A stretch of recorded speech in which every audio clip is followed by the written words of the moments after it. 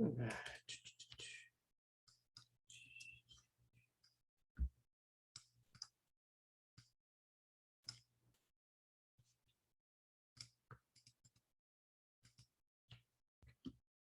right.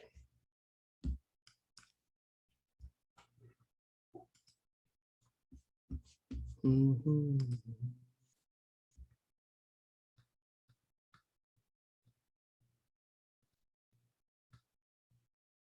All right, cool.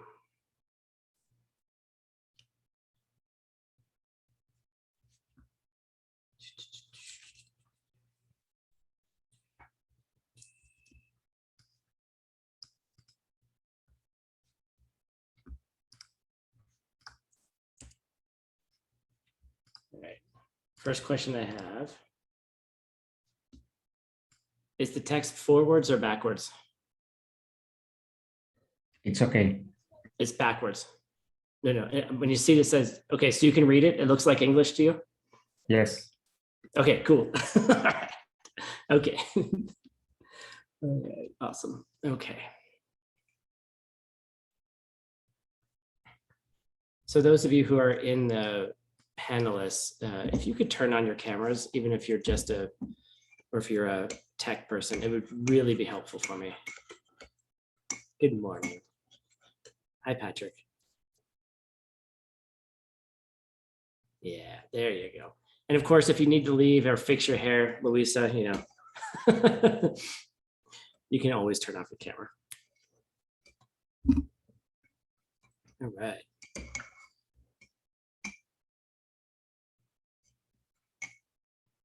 Good morning. All right. So welcome back, or welcome back, or welcome to the first time. You know, this has been a long course for many of you. You've been doing long classes and days with Saranu, if you've been with us, and don't worry if you haven't. Learning about and getting to know this quite difficult and interesting character that we call Arya Nagarjuna. You know, and when I agreed to take this class, I was like, yeah, this is great. And part of me was like, oh my God, what did I decide to do? You know, this is the real stuff. You know, I've been to all of the Arya Nagarjuna classes. I guess they started in 2018. The recent ones, right? You know, and it's one of those things where this is, this really tests your limit of understanding. You know, test your limit of, do I really understand this whole Buddhist philosophy thing? You know, and if, okay, so let me just step back. There might be a lot of people here today who have not attended those classes. Don't worry. No one understands anything anyway. But no, but more importantly, that this class, which is the last class of this series, is going to be more of a, yes, excuse me. My alarm reminded me to get up. This last class, we're going to do something a little bit different. And I'm going to try to summarize what we've learned. I'm going to attempt to, you know, because I have the fortune of actually taking that Nagarjuna class, which starts on my birthday. I'm not asking for birthday presents. It's the best birthday present ever. Nagarjuna 3 starts on my birthday. Yay. So my present was I got to study all of this before any of you did. Well, some of you have, because I know you're translating it for everyone. But, so sitting through these classes and sitting through lots of these classes, I've been trying to think, how can we understand this and how can we use it? Because each chapter of this book that we're studying presents a new topic and presents ideas to us that we thought we understood. And then Nagarjuna says, nope, you're wrong. You don't understand. Right? I like when Luisa was just like, yeah. Right. And so I was sitting in these classes, I've been doing subtitles, I've been thinking about it. So I'm going to try my best today. We're going to try to do this together to understand, what is Arya Nagarjuna up to? What is he trying to do? And then how do we apply this, right? Okay, so how do we apply wisdom, which is the name of the book? We're studying a book called Wisdom.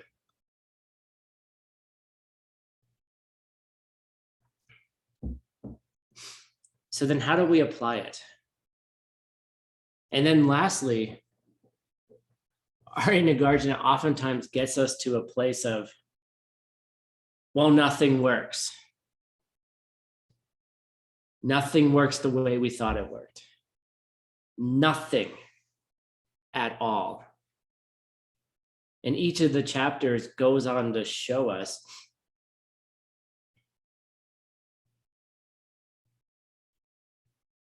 that, you know what, the way that you think things work is off.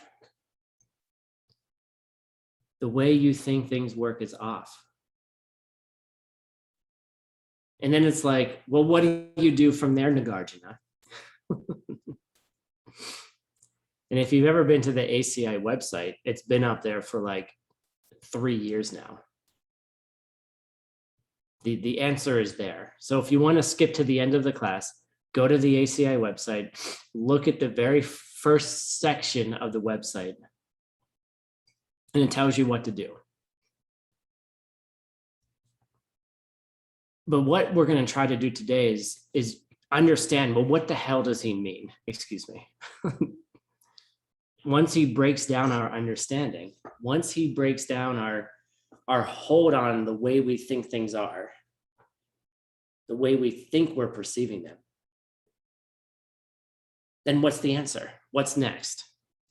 Okay. So today's class is actually on one of the chapters that I really like a lot. And I know I studied what Lama Sarani taught you if you were in those classes. And she left it sort of hanging. She was talking about empty space. She was talking about space. And how do you even define space? How do you even define something? What's the definition of a definition? How do you define what you're defining? So she left it there, and I'll keep making references to that, but we're not going to do it today. Okay. You can think about it. We're going to move on to the next chapter, which is the next chapter, which is desire, my specialty. Okay. Desire, and what's oftentimes mistranslated as attachment. Okay. But it's an investigation into desire and the desirer. The person who desires, the me who has desire. So we're going to go into investigating that, which is my specialty. And one of the examples I've been thinking about is, if you've taken any of my recent classes, we've been all planting seeds, whether you have a partner or not. We've all been thinking about this like idea of planting the seeds for a partner, or planting the seeds to keep the partner we have, or planting the seeds to change the partner we have, right? So my specialty is desire, right? And so, you can use that word in many, many ways, right? We could talk about desire in a way that's very straightforward. Okay, I desire somebody beautiful walks by. Ooh. Ooh la la, right? Or desire for, I don't know, a donut, right? Something that you want, right? Maybe it's a little bit more nefarious, bad. Maybe it's more like addiction, like you're addicted to alcohol. You have desire for alcohol. You have desire to, I don't know, what is some, maybe you're addicted to cigarettes, nicotine. That's a desire, right? So we're going to explore like these desires, like in what we think is going on in desire, and what we're going to show what Nagarjuna says is what's not going on in desire. And I also like this chapter because there's something really important to understand about desire. Like, I think a lot of people misunderstand that, oh, in Buddhism, you can't want things. Ooh, you can't want that. Like, ooh, it's bad to want something, right? Thanks, Jack.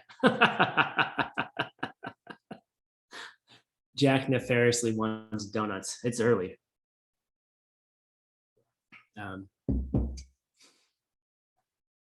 We think that desire is bad. So desire in and of itself is not bad. Like wanting good things in life, getting good things in life are not bad things at all. Actually, the Jack who just mentioned about donuts in the chat, he's at Diamond Mountain. And we were talking last week as we were leaving, and I was talking about my car. Like, I have a nice car, right? Like, do I want this nice car? Pachi likes my car too. Right? Is it wrong to have a nice car? Is it wrong to have a nice house? Is it wrong to be healthy? Is it wrong to have a nice relationship? Is it wrong to desire your partner? Like, ooh la la, right? Is it wrong?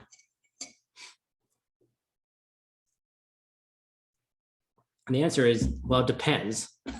But the answer is no. It's not wrong to want things. It's not wrong to desire things. But what's wrong about it is when you misunderstand it. What's wrong about it is when you're willing to hurt somebody else to get it.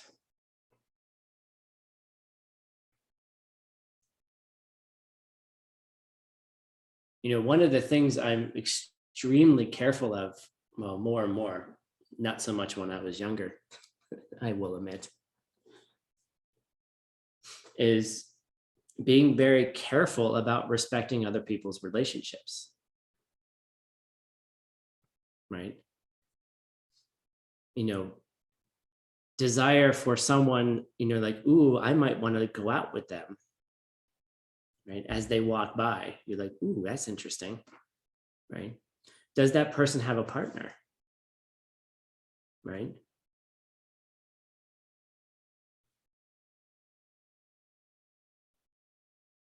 And so that's a weird seed, right?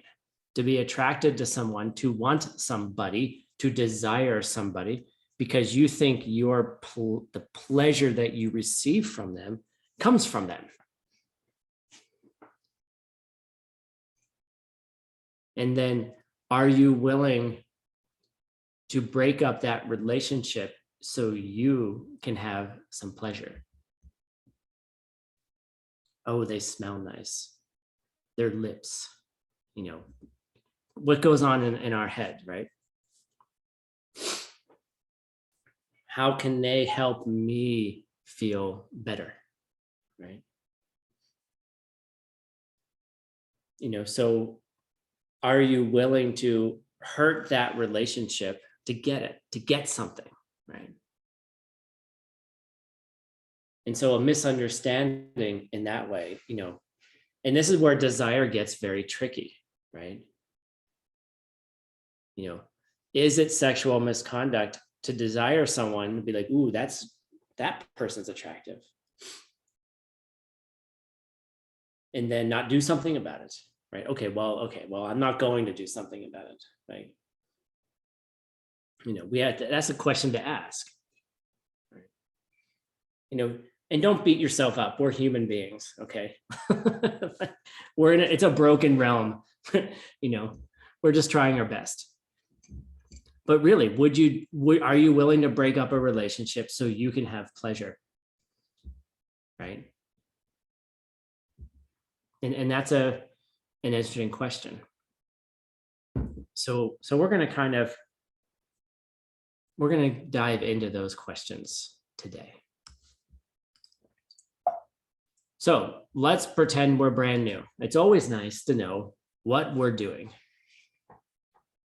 Who are we studying? What is it that we're doing? Just in case somebody asks you. It's really embarrassing to say, oh, I'm studying something. I went to this cool class this morning. Oh, really?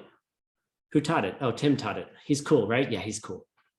What are you studying? I don't know. A person, a guy from a long time ago. Okay. So let's take a picture of this guy from a long time ago. Here he is. Here's Arya Nagarjuna. Right. And I'm not going to spend too much time on who he is, but he's a pretty cool guy. Does anyone know when he lived? You can put it in the chat. That's right, about 200 AD. And we typically call him the Arya. Right? We call him the Arya Nagarjuna. And we got to be careful what this word means. I was having a debate with the ACI team the other day. Should we say Arya Nagarjuna in our marketing? Right.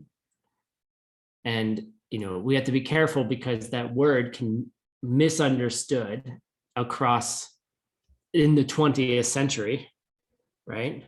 Can be misunderstood. Okay, so, but what we mean by the Arya is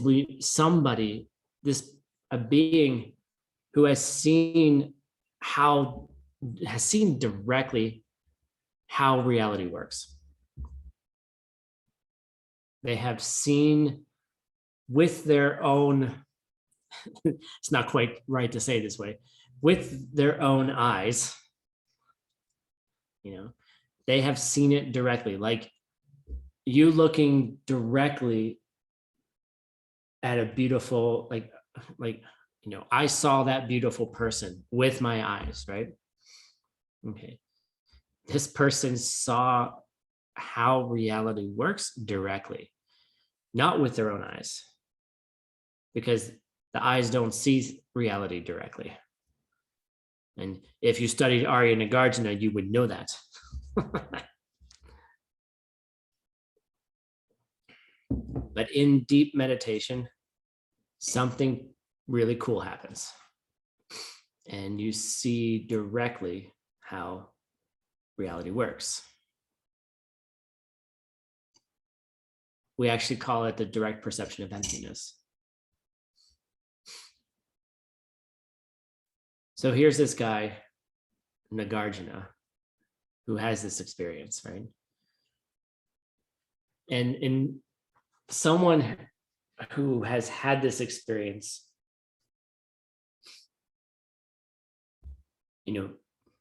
typically will want to try to teach us what they saw, what they experienced. And they're trying to explain something which is quite literally impossible to explain in words.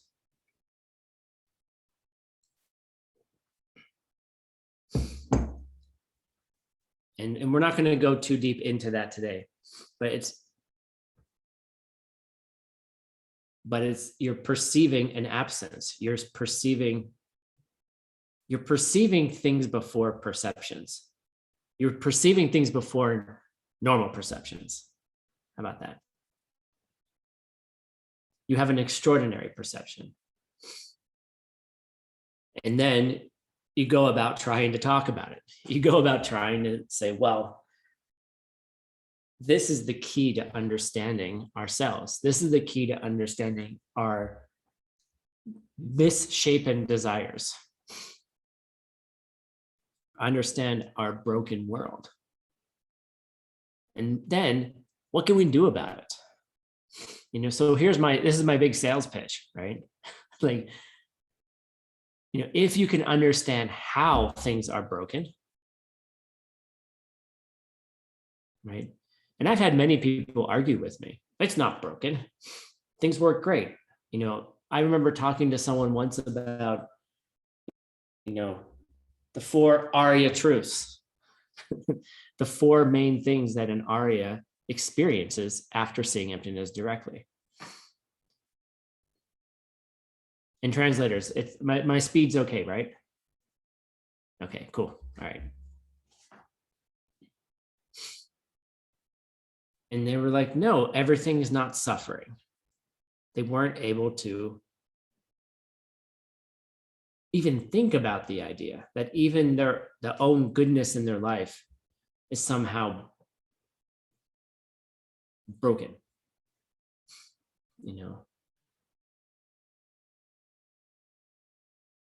So it's really a hard thing to be like, well, how does goodness happen to us? Okay, so let's start with this question. I'm sitting at a cafe. I'm having a relaxing day, right? I turn and then I see somebody beautiful walk by. My eyes open, which are barely open at 6:24 a.m. Arizona time. Right? My eye opens, it turns, and then all of a sudden I see somebody beautiful walk by. And I'm like, ooh la la. Okay. Right. And I'm like, damn. All right. Like, and I'm enjoying what I'm seeing. Right. I'm trying to make life real. I'm trying to make this real for you. Okay. Like you could do the same thing with a donut, Jack, right? Look,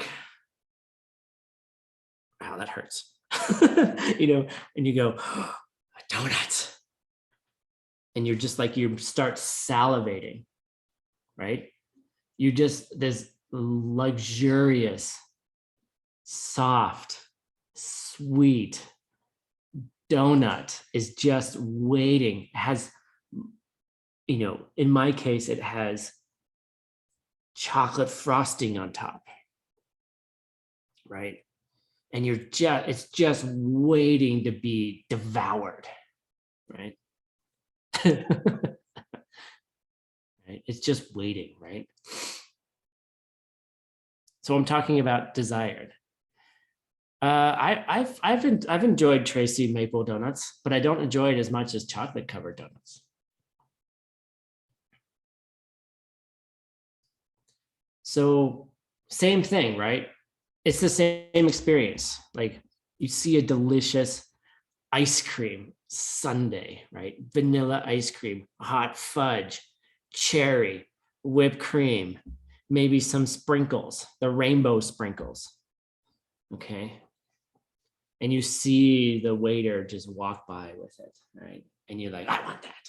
Actually, it's even better. It's on a plate, and then there's a brownie with hot fudge, and then the ice cream on top. Get it? Ooh la la. Same thing. Okay. Right? Attractive person walks by. Attractive donut walks by. Attractive ice cream sundae walks by, right? I want it, right? Or we're talking about, I mentioned earlier, we talked about alcohol, right? Like if you've ever had an addiction to anything. By the way, I love how my name looks in Cyrillic. I don't have no idea what was just said, but I love what my name looks like in Cyrillic. It's it's like my favorite passions. Anyway.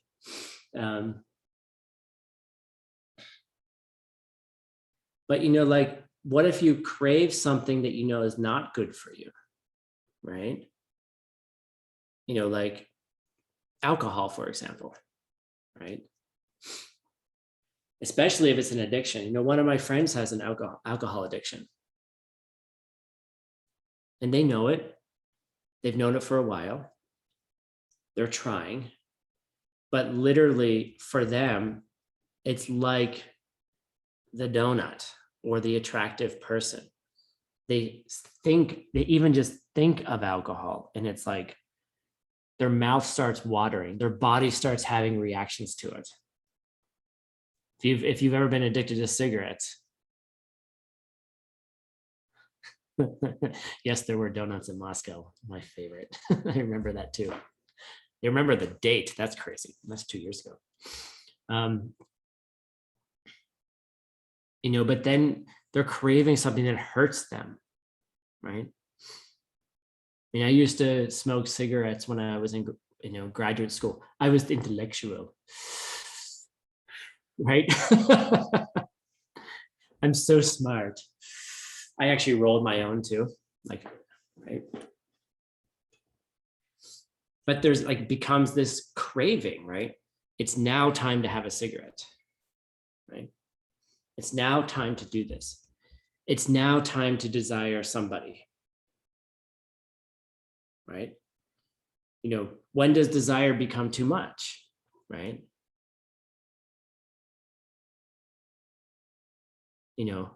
When does it become an addiction, right? When does your desire for beautiful people turn into a pornography addiction? Okay. These are real things. This is what Arya Nagarjuna is talking about.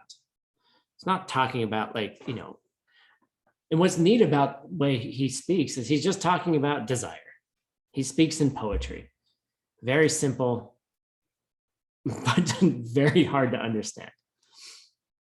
Right? So if you have an addiction, right? If you have desire, which I think we probably do in some way at various levels.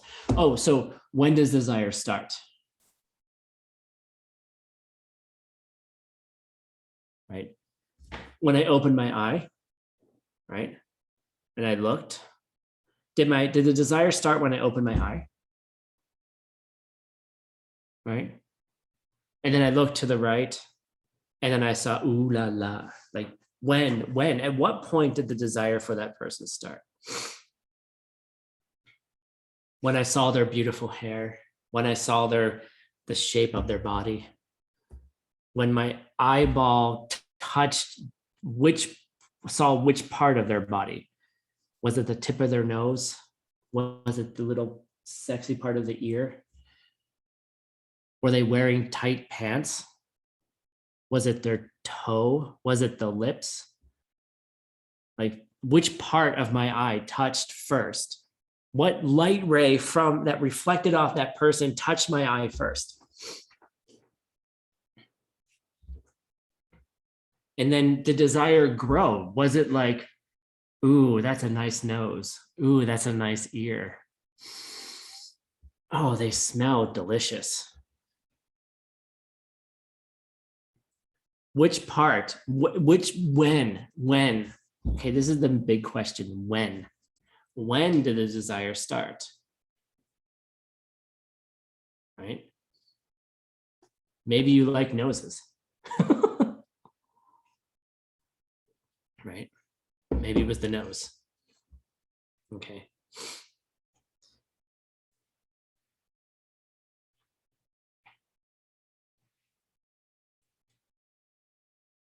Don't think they make pornography with noses.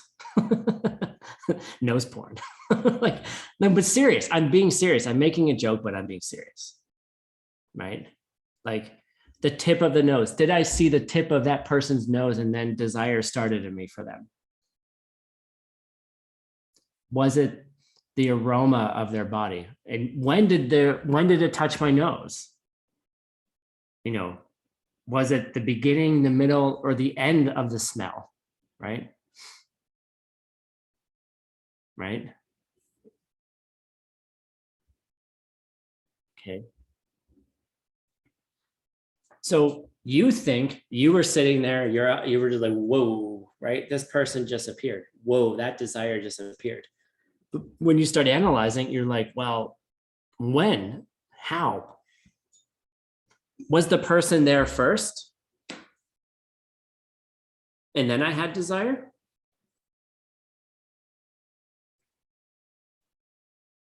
So the desire comes from them. Well, yeah, of course. Like, I don't have desire for noses until I see a nose. The nose had to be there first. Right? The beautiful aroma of their perfume, right, was there first, mixing with the pheromones of their body. Right? They were there first, right? Okay, well, no. Well, no. Well, that didn't happen first because I opened my eye first. Right? So I guess the desire is in my eye, and my desire is looking for something to be desired. Okay. Right. So my eye is looking for something to be desired. It happened first. And it goes scans. My eye is scanning around for hot people, people to be attracted to, right? And then it finds them. Oh, there they are. Boom. Right? You got to think about these questions, right? Were you there? What about alcohol? Okay, for me to be addicted to alcohol, well, I guess alcohol, excuse me, let me try again. In order to be addicted to alcohol has to be there first, right? You can't become addicted to something if it's not there, right? So the alcohol, the beer is hanging out over there at the bar, just waiting for someone to be addicted to it. Okay, that kind of makes sense, right? That makes sense. Like you have to have alcohol to have an alcoholic, right?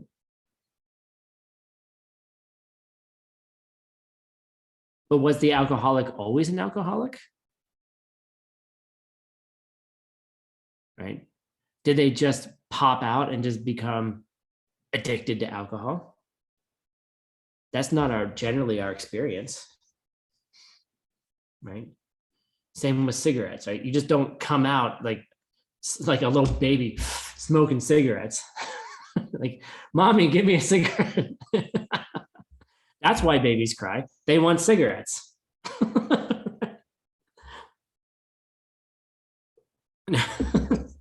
They want cigarette. They're like, I need a cigarette, mom.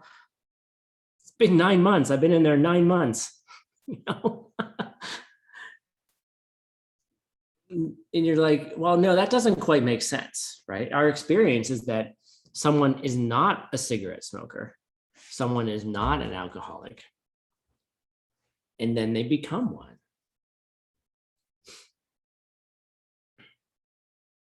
Right? They become one. Like they start, they open their eyes, they walk around, and then someone says, here, try this cigarette. It's gross. Right? If you ever smoked, I have no idea why people become addicted to it. Right? It's gross. It tastes terrible. It makes you cough, right? But I smoked cigarettes, so okay, fair enough.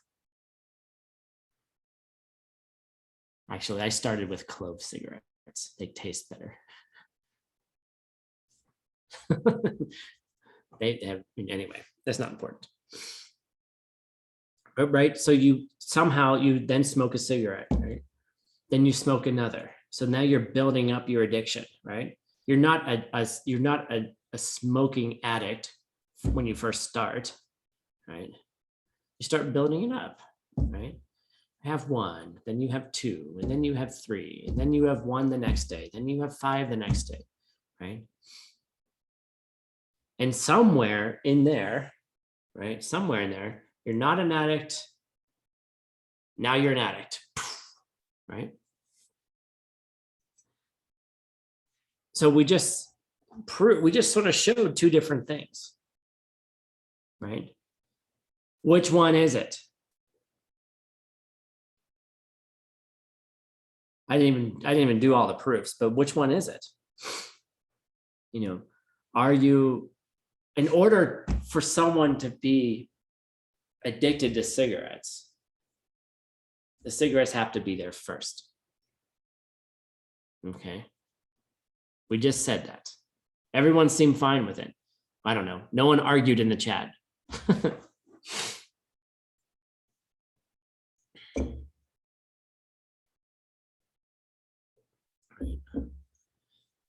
But then we were like, well, wait. Well, no, there had to be a person there first, right? A person who wasn't addicted, who then became addicted, right? To call someone an alcoholic, there has to be alcohol.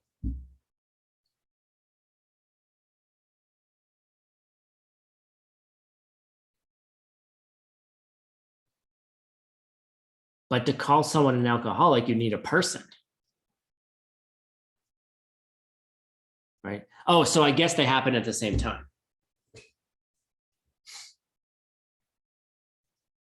Right? Okay, they have, okay, fine, Tim. Yes, your logic is infallible. It's impeccable, right? Okay, fine. I guess they happen at the same time. Okay, well, that makes sense, right? Well, if they happen at the same time, they'd be the same thing. Right? The person and the alcohol, if they were the same, if they were happening at the same time, touching each other in some way, they'd have to be the same thing. Now that's a little bit harder to accept. We'll talk about it later. Right? Like, no, like your mind should be arguing with you right now. Right? They're not the same thing. If you tell me that alcohol and the person drinking the alcohol are the same thing, no, they're different. They're separate. They have to be separate. They can't ever touch each other. There's two separate things. The alcohol and the person are two separate things. Right? So they don't touch each other. Okay, that's fine. They don't touch each other. Then they can't happen at the same time. Oh, the person is bathed in alcohol.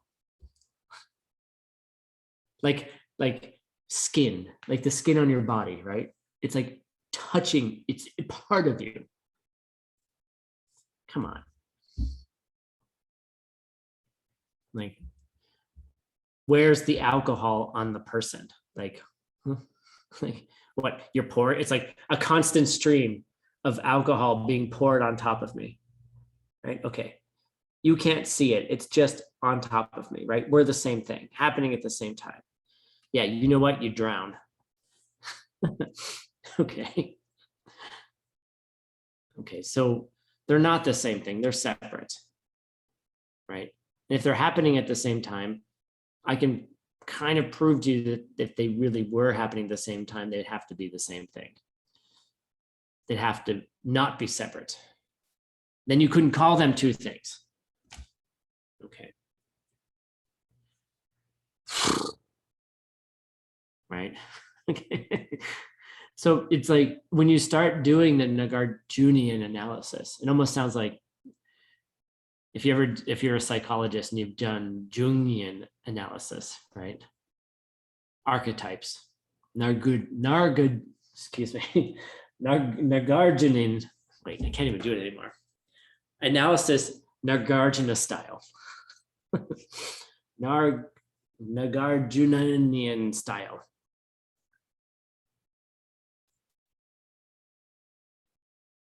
Right? You start doing this analysis and you're like, something's not right.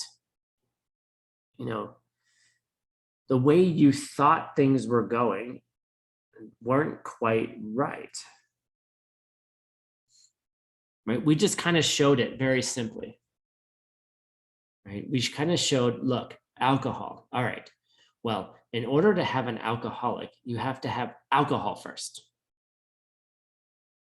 Right? Everyone seemed fine with that. That makes sense. Well, you can't become addicted to nothing. If the alcohol wasn't there, then there wouldn't be an alcoholic, right? Stop making alcohol, there won't be alcoholics. Stop fermenting grapes, and you won't have wine. Okay. The wine might taste good, but it has alcohol in it, right? It hurts you. Or does it? Where does the hurt come from? Okay, we'll talk about that later. So, okay, first, okay, alcohol. You have to have the alcohol first to have alcoholics. If we didn't have alcohol in the world, we wouldn't have alcoholics. Agreed. Okay.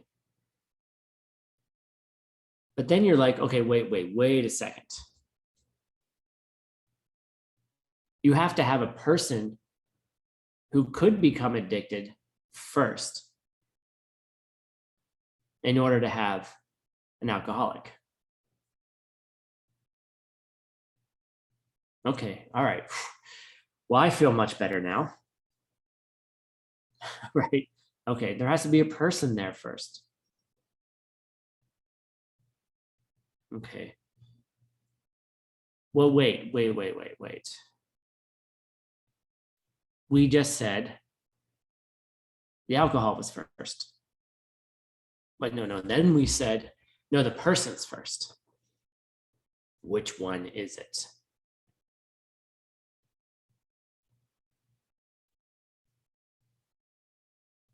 Two things cannot be first.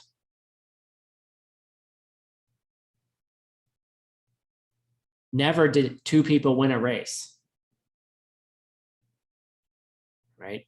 That's why they call them photo finishes. Right?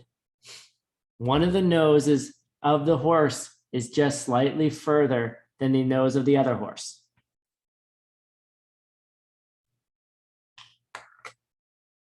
Right? You can't have two firsts. Oh, so there's many firsts?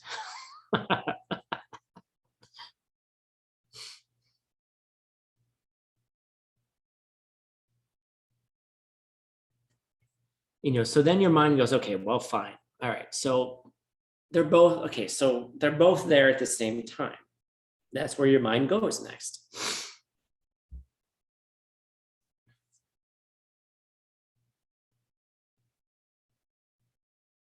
If they're separate things, the person and the alcohol,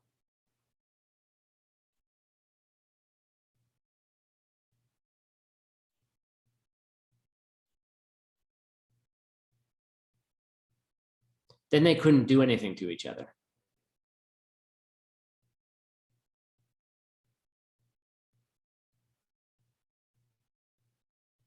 They could never do anything to each other.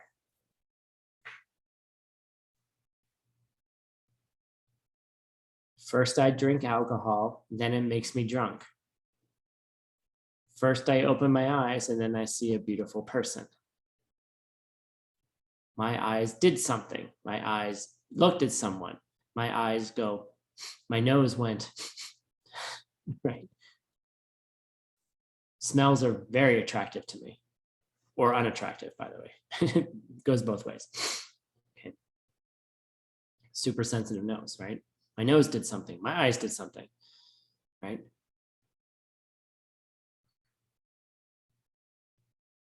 So my eye caused the attraction, right? Uh-oh. Nope. Nope. The person had to be there first for my eye to look at.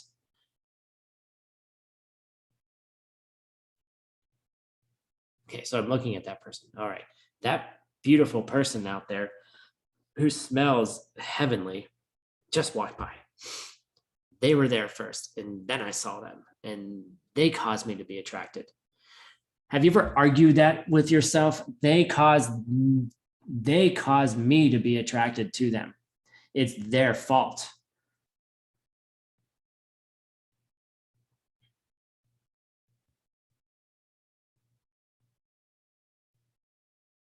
I mean, I'll admit it, I've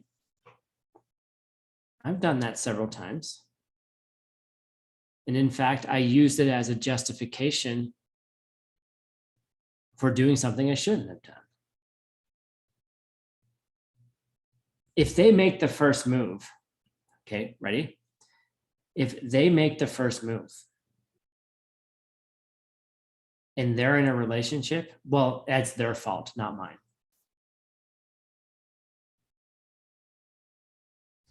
Not my fault, not my problem. It was their fault. They were attractive. They came to my door after the party late at night and knocked on the door and rang the doorbell. They came back. I just stayed in my house.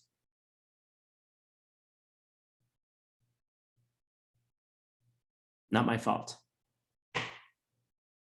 They seduced me. They came up the stairs. They had a partner, but they seduced me. My fault, their fault, excuse me. Right? Not a moment of shining glory in the history of Tim. Okay.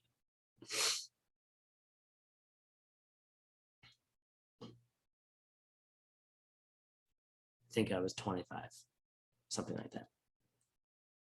Okay. But look, like this is what our mind does to us, right? It's their fault that I'm attracted to them. Like how many times have people blamed others? Like this is terrible, right? It was her fault she got raped because she dressed sexy. What?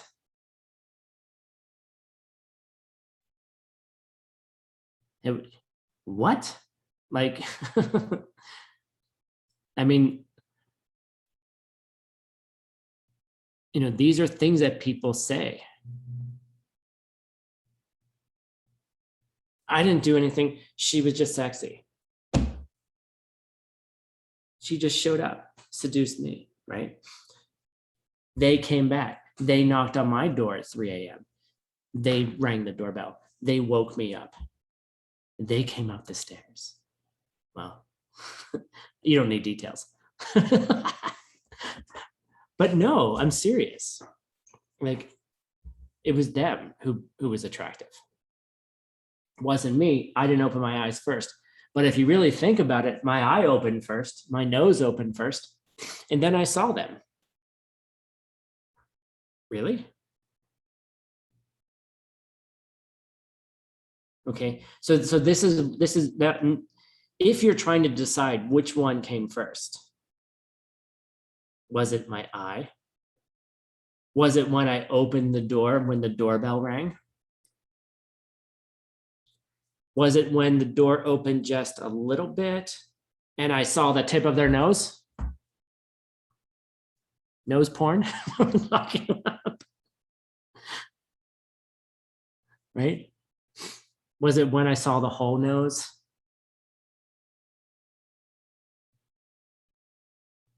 Was it when I smelled them? At what point? Like when I opened that door, right? So then, so like, this is not just semantics. That's a word, it's a word in English. We're not just playing with words.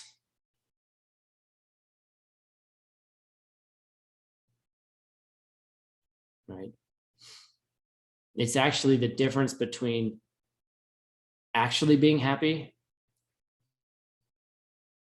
and not being happy.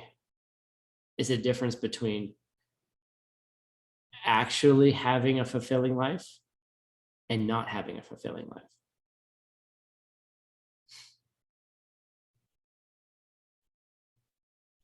So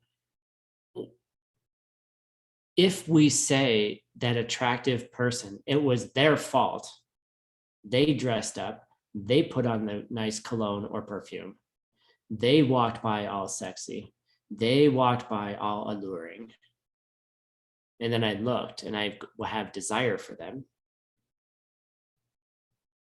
And then you go, well, wait. Okay, no, that's not how that happened. The way it happened was I was sitting there having a coffee and I just opened my eyes and I just took a deep breath in. And then the desire started, right? When I saw them. Okay. And then you go, well, wait, which one is it? Okay. And then you say, well, it can't be both. Okay, well, all right, we analyzed both of those. Well, maybe just both. Maybe they happen at the same time, right?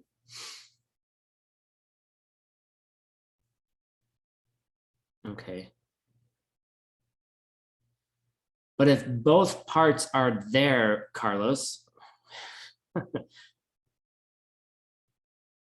if they're both there at the same time, they can't do anything to each other. They can't cause each other. The way we talk about it, oh, they just cause me to desire them, or oh, I'm just so desirous of them.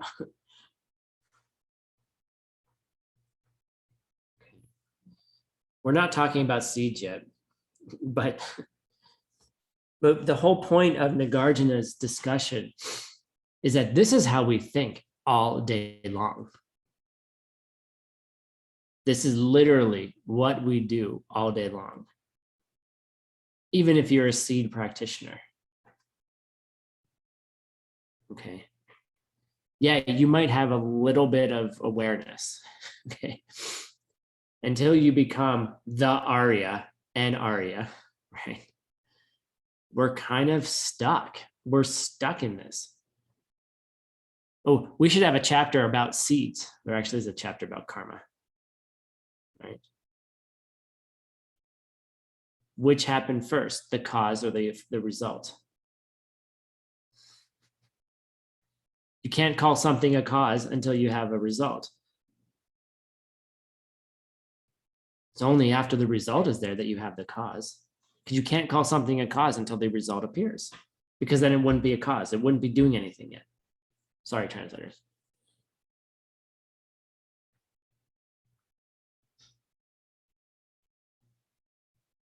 Okay. Does planting seeds create the results that you want? All right, let's go to DCI level 1. Get the 5 things you want, the 5 goals. Right? Good health, good relationships, good financial success. Financial, I don't like calling it success, but anyway, good finances. right? Financial independence, right? You want to be able to take care of your finances. Good relationships. You want happy relationships. You want good health, right? 3 basic things. Maybe you want inner peace, right? And the last one is what? Come on, you DCIers. That's right. Take care of everybody else, right? So let's start with the first 4, because that's really where most of us start, right? If you're planting a seed for financial independence through generosity, is it a cause? Can we call it a cause for financial independence if you don't have financial independence left yet?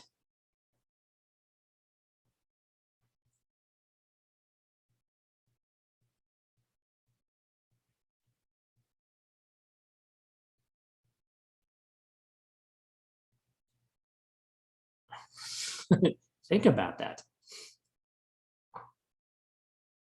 How do you know it's a cause for financial independence if you don't have it yet?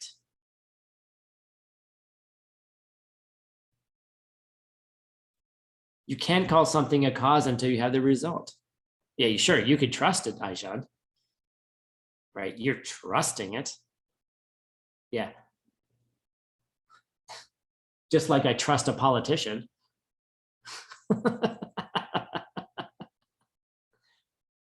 I don't know.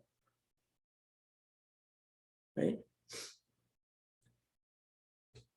So you can't call something a cause until you have this result. Okay.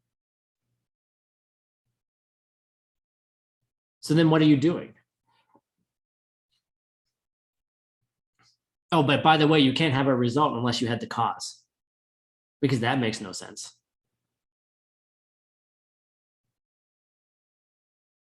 Right? Makes no sense to have a result without a cause, right? But you can't have the result without having the cause first. So the cause was first. Right, Patrick, exactly. You see? Then what the hell are you doing? What are you doing? What are you doing? Okay. You think you're doing something and you're not doing it. Sorry, that's probably loud on the translators. Right. Right. So you have to, this is what our Nagarjuna is telling us. He's giving us tools to break down the way that we think things are happening. Go plant the seed. Okay, fine, go plant the seed.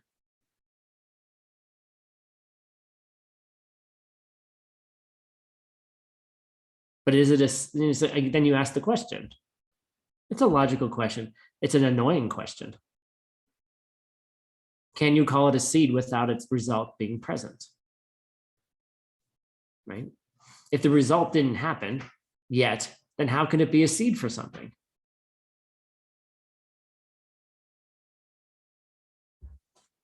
Yeah, someone's head just blew up. Love it.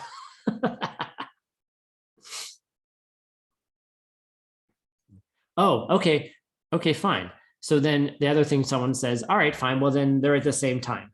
Okay, this is easy. The cause and the result are happening at the same time. The cause turns into the result at the same time.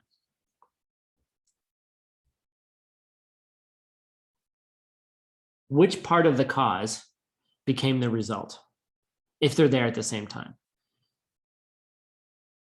Okay, imagine 2 bubbles. These are bubbles. I wish I had a PowerPoint for it. 2 bubbles, right? Here's 2 circles. Okay. Here's the cause, here's the result. Okay. This cause creates this result. Good, wonderful. Being generous creates financial independence. Fine, okay. Here comes the cause. Okay, it starts singing, all right? And then here's the result. Result appears, right? And now they're touching. Okay, two bubbles touching each other, right? Which part of this cause is touching this part of the result? Okay. Is the left side of, I guess from my side, it's been the right side. I don't know what it looks like to you. This side, we're calling it the left side. The right side, excuse me, the right side of the cause is touching the left side of the result. They touch, right? So that little part of the cause is now creating the result. Touch, boom, and then it becomes the result. Okay. All right. If they touch each other, right? Well, then which part of the cause is the cause?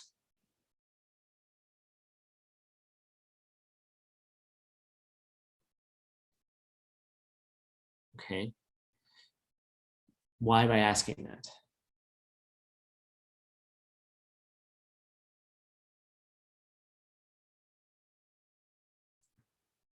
Because if the whole cause touched the whole result, they'd be the same thing.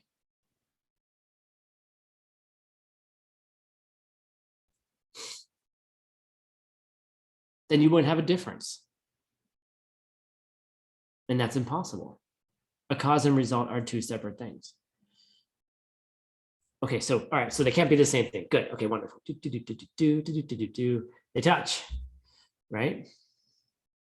So then just a little part of the cause overlaps with a little part of the result. Just a little bit. Okay, so here's my question.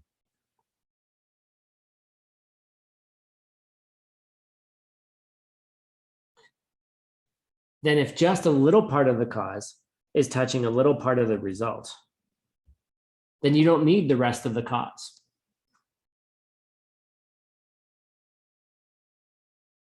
Why would the rest of the cause be necessary? Two bubbles, imagine two bubbles touching each other, right? Two things.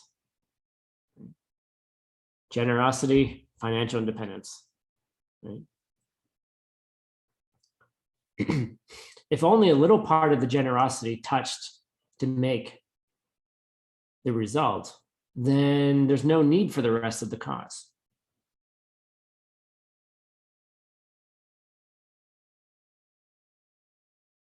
Or you could say that when they touch, it's only in that one little spot that they're the same thing. All of this cause in this little tiny spot here, all of this result in this little tiny spot here, that's where they overlap. That's where they're the same.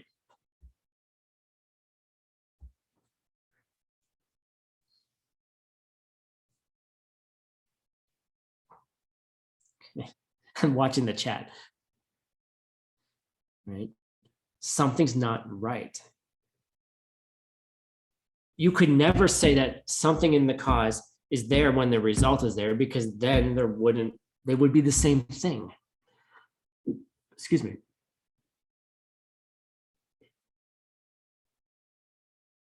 But if they're separate from each other, then anything could cause anything else. Then bananas could create financial independence.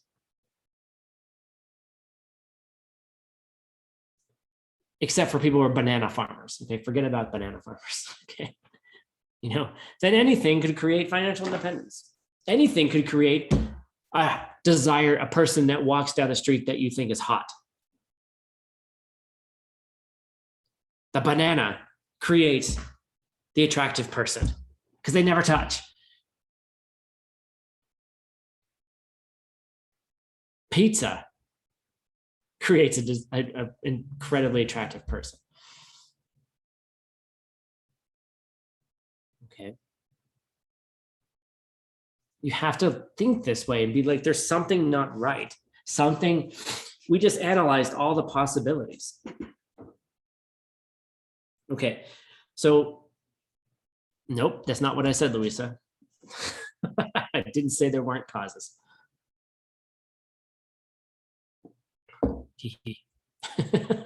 Bananas, yes. The little minions, you know, those little yellow minions from Despicable Me? They love bananas, right? Okay, anyway. Okay, so I'm gonna get to my second slide now.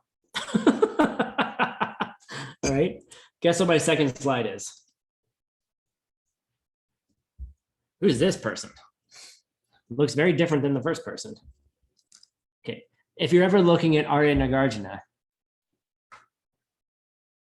you always know it's Arya Nagarjuna because of the snakes around his head. Okay. Most of the paintings of these sages, frankly, all look the same. And there's just little tiny differences to show you who it is. Anyway, so that's Nagarjuna.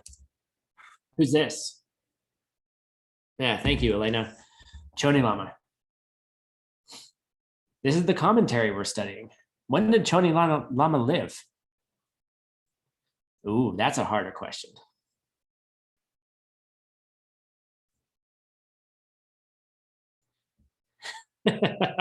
Nice try, Ajan. It's close.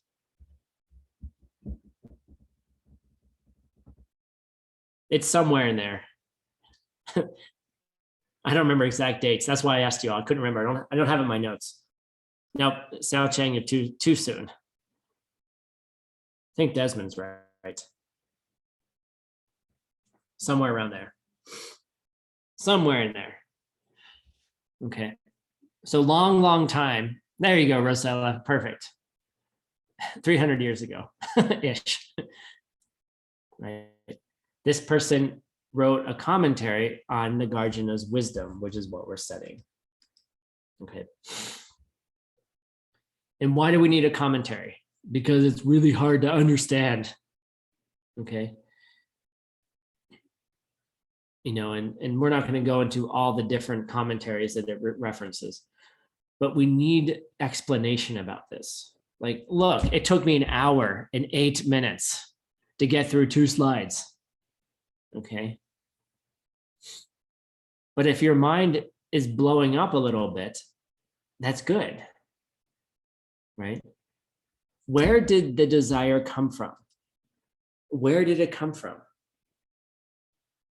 I see Gina eating an apple, I think, or a donut. Yeah, she's eating yeah, thanks, Gina. I'm unfortunately, not everyone can see it, you know, just the people on the panelists. But we just were like, where does that attractive person come from? Where does our desire come from? Right? And we went through a whole bunch of options and we were like, yeah, something's not right. Right? Something's kind of weird. So we're going to take a break, a 10-minute break. And then we're going to continue on with the second part of class where we're going to go a little deeper into this. We're going to talk about the structure of how Arya Nagarjuna thinks in general. And then we're going to go a little bit more into desire.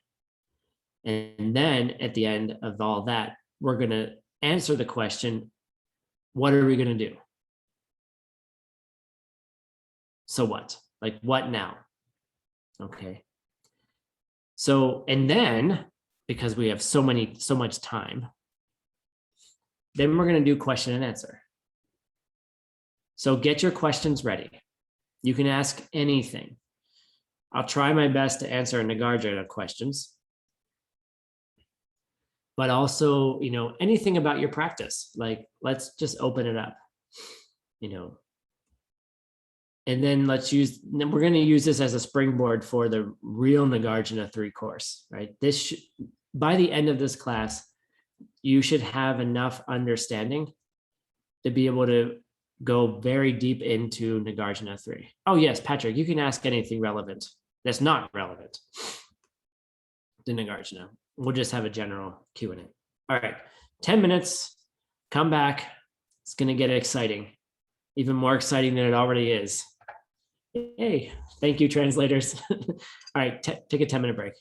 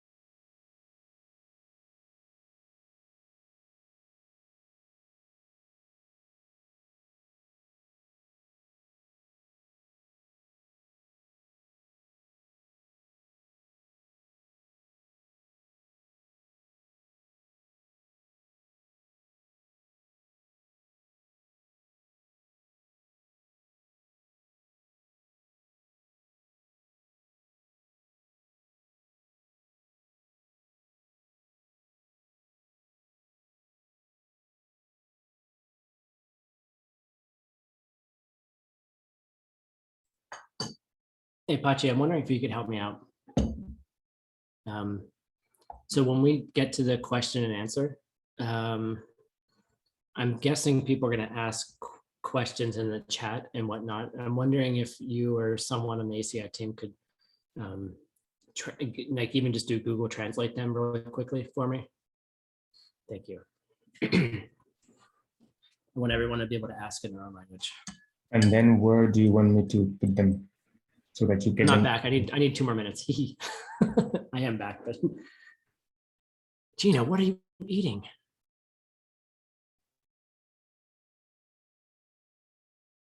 Oh my God. Pachi, pon las preguntas en Telegram, PMO Telegram. Good.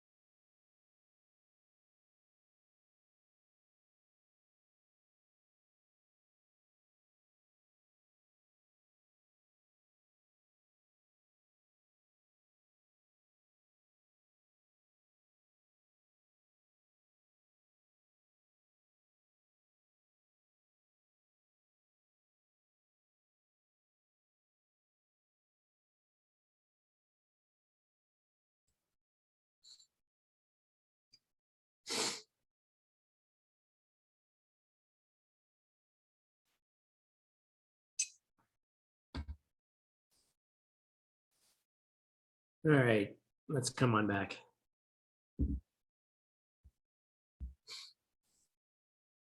Joanna, it's really entertaining to watch you translate.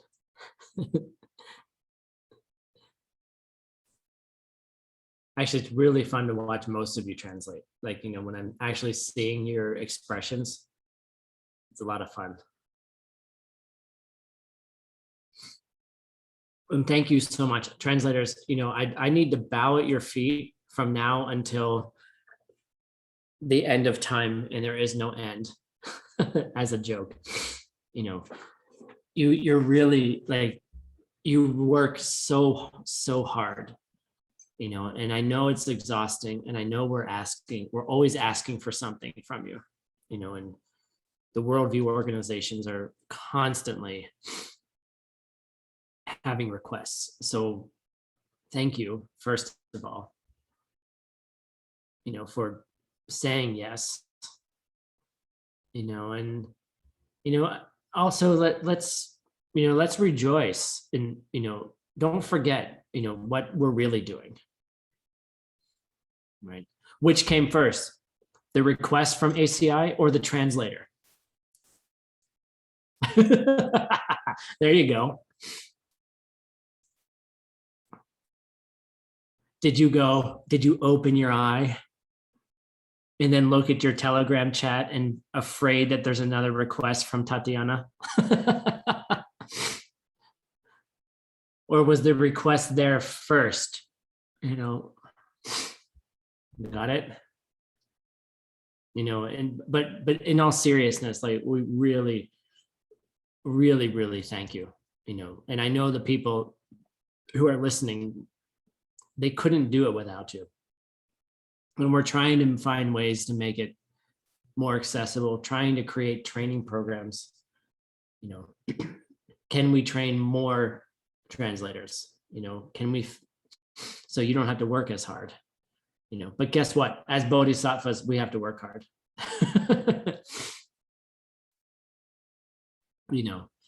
And that's kind of the thing that starts happening. Like,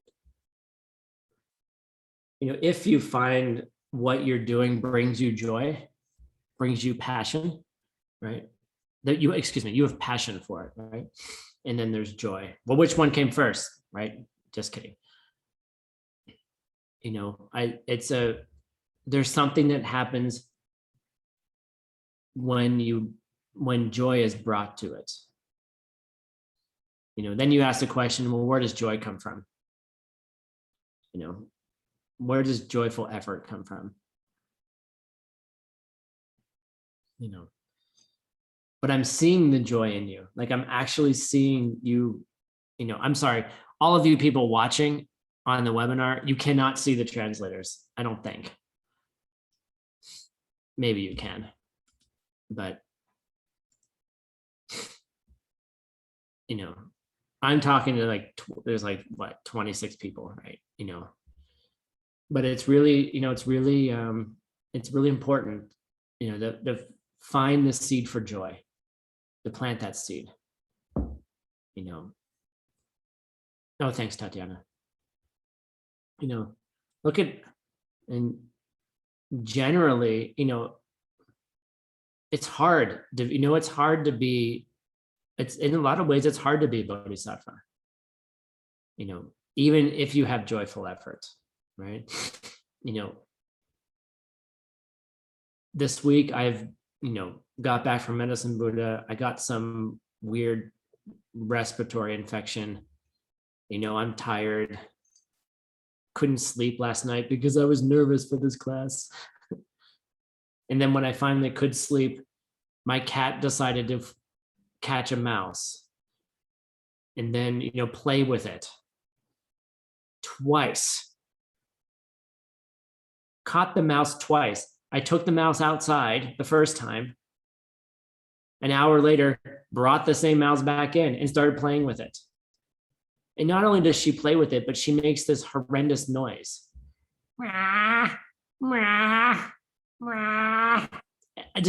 Anytime I hear this noise, I'm like, what are you playing with? What are you eating? Right? So I was literally like, oh my gosh, this is so exactly like what joyful effort's supposed to be like. Like, can I be joyful at 3 a.m. where I haven't slept very much? My cat is being annoying. Well, one cat is hunting all night long. By the way, the mice are outside, so the cat's going in and out. They're not in my house. Then the other cat is like, I want food, and starts screaming at me. The other one is laying on top of me.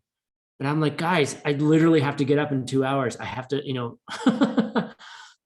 there's a test of your joyful effort. And I was not joyful.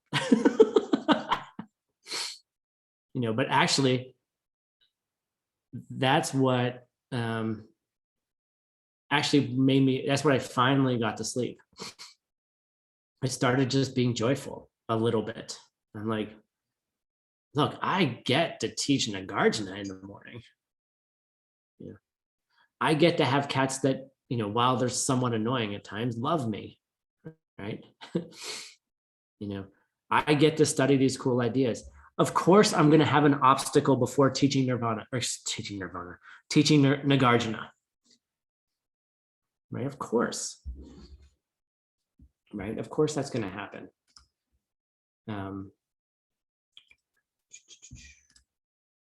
It's in here, light in the room change. There we go.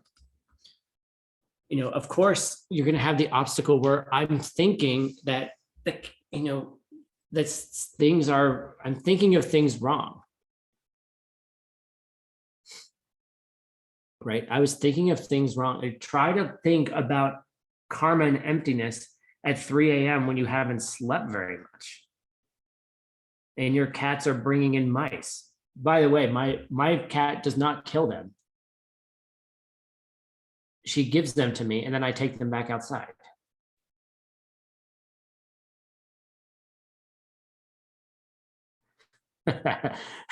Rosella's like, she has this automatic reaction. Anytime I say nirvana, she says it in Tibetan. She wrote it in the chat. Right. But I had wrong view, literally wrong. It was totally wrong. But that's when you apply your wisdom. That's what Nagarjuna is saying to us. He's saying, this is when you apply your wisdom. When it looks terrible. Thank you, translators. When you're getting yet another request from ACI to translate something, right? Sometimes it looks terrible, right? Sometimes you can't, you can't do it, and that's okay. You're allowed to say no. But there's a, can you muster up the joyful effort? And that's something, we're not going to talk too much about that in Nagarjuna sense, but that's something that, by the way, what does joyful effort create? You DCIers. How about it's on the ACI website too? Haha. Yes. It creates leadership. Now, we're not just talking about CEO leadership. Yeah, sure, that'd be fine. Not ACI, executive director leadership, right? No. Leadership, like Buddha style. We should have a theme song, like Gangnam style, like Buddha style, right? It creates leadership. It facilitates your understanding, frankly, because it changes your prana. It changes the way. Try to understand something when you're pissed off. Have you ever tried to understand your partner when you're mad? Can you even listen to them? Can you even understand that they have a point of view when you're mad? Fail, exactly. Right? No, when you get mad, forget it. You're not gonna understand anything. Your prana's all bunched up. Right? Just like, if your underwear gets bunched up in your pants, uncomfortable, right? You can't sit well, you can't think, and all you want to do is fix your underwear, but your You're at a business meeting, you're on Zoom and you're trying to like fix your underwear, right? Everyone, yeah, all the translate, you're all laughing, right? Good. That's what being angry is like. Your underwear is in a bunch. Okay. You can't think. When you're joyful, your prana is different. You're open, your heart opens. You're able to understand more. You're open, you're able to accept more, right? Accept different points of view. Right. So yeah, get your underwear out of a bunch. And I think it'd be interesting to explore what is the seed to do that. Anyway, but let's go back to Nagarjuna. Okay. Why do I have this? If you guys saw while at the break, I was flipping through my PowerPoint and I forgot that you were looking at it. So you saw that there's a gazillion slides, a million slides that you haven't seen yet. And I was trying to prepare the next part of class. When you're preparing, this is an aside. For teachers, anyone who's teaching, always prepare too much. I was nervous. The reason I was mainly nervous is I didn't have enough content. Literally, I'm like 5% in. So, but always prepare more. So anyway, here's my picture. What is this? Beautiful starry night, right? There's a wonderful couple sitting on top of a car in love with each other, right?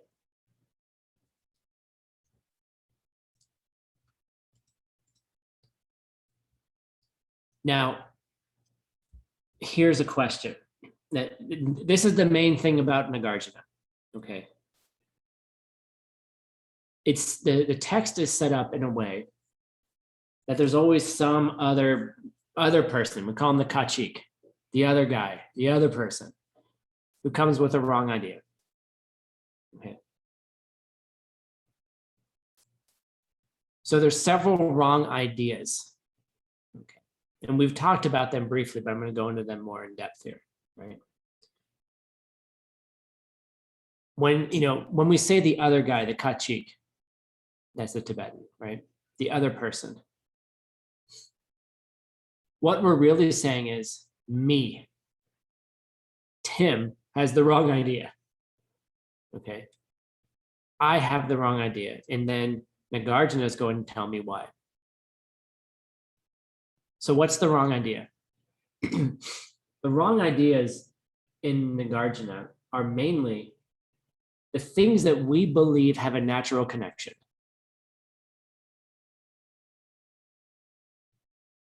That there's a natural connection on its own. And then what Nagarjuna says is, there isn't one.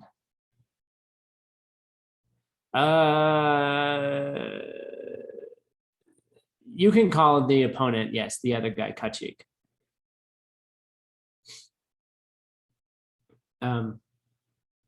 So you think there's a natural connection. What's the natural connection here? What are we talking about? Come on, desire, right? We think there's some kind of natural connection between the person and desire. Right? We think that there's something natural in a human being, that to be a human is to have desire. You think there's you, me, we.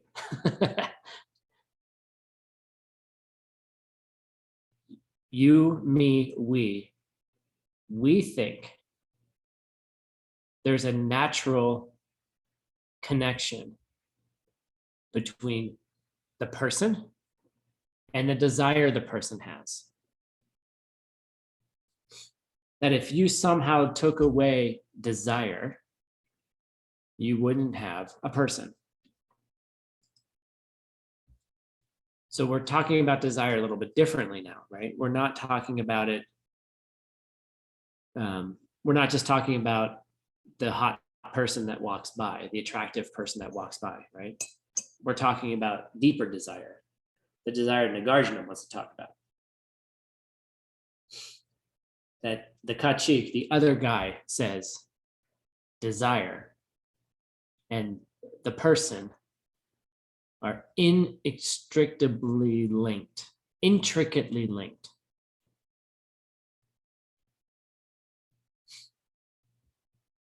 Okay, connected naturally on its own. Without it, there would be without desire, there would be no human.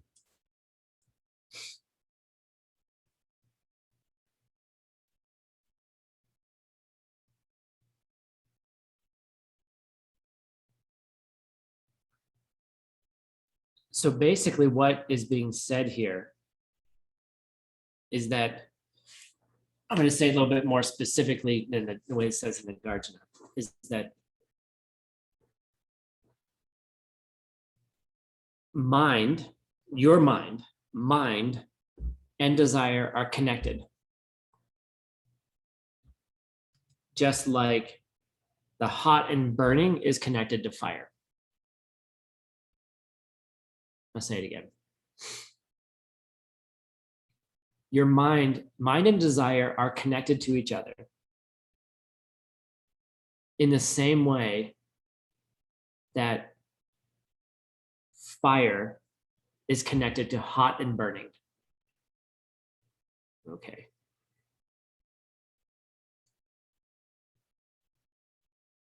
So what does this mean? All right.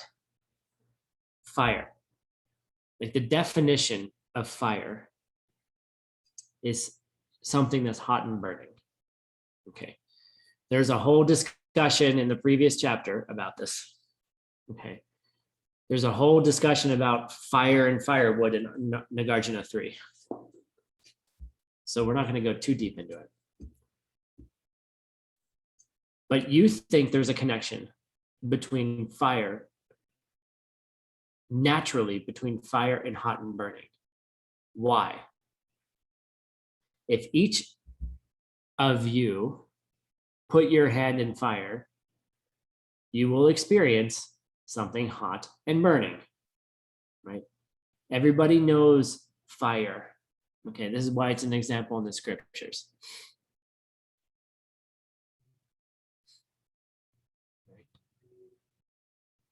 You put your hand in fire, you're going to experience hot and burning. Okay. They're natural, you think they're naturally connected, right? Just in the same way, because the thing is, if fire wasn't hot and burning, then you wouldn't need a jacket when you sat next to a fire. Okay, it'd be cold, right?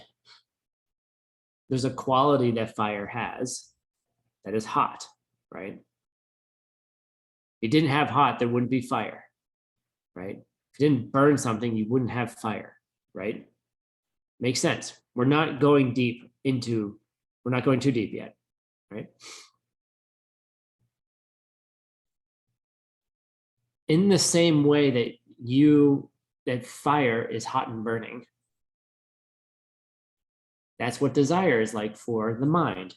The mind has a quality desire, right? It's just there.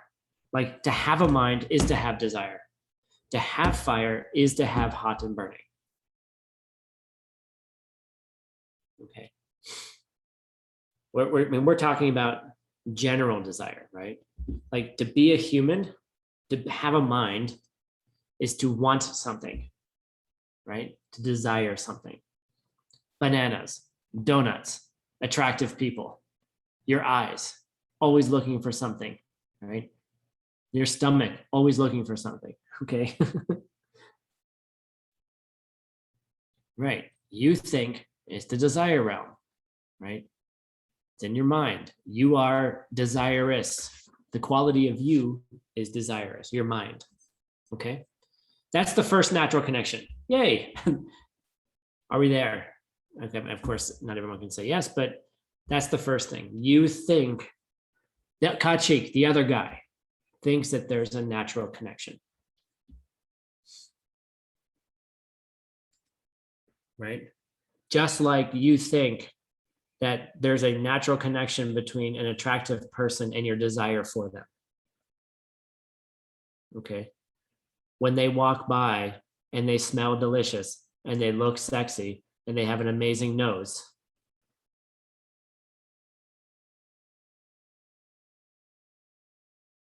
you think there's a natural connection, right? Them, you, yay. Let's go on a date. let's go look at the stars, honey, which is one of my favorite things to do, by the way, romantically speaking. Or not romantically. I love just staring at the stars. It opens the mind, which is why I chose this picture. Okay. That's the first thing. And okay, so that took us 15 minutes to get. Let's go to the next one.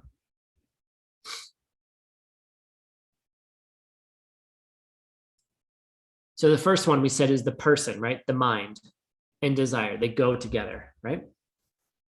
The second thing is what we just talked about, but I'll make it a little bit. Kevin, the question is, this class goes for another hour and 15 minutes. But we're going to have a question and answer too, and a meditation. So the other thing you think is naturally connected is the desire itself and what you desire.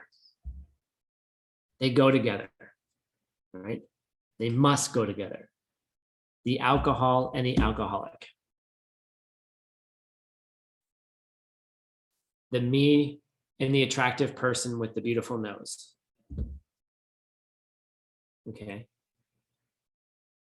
You think they go together.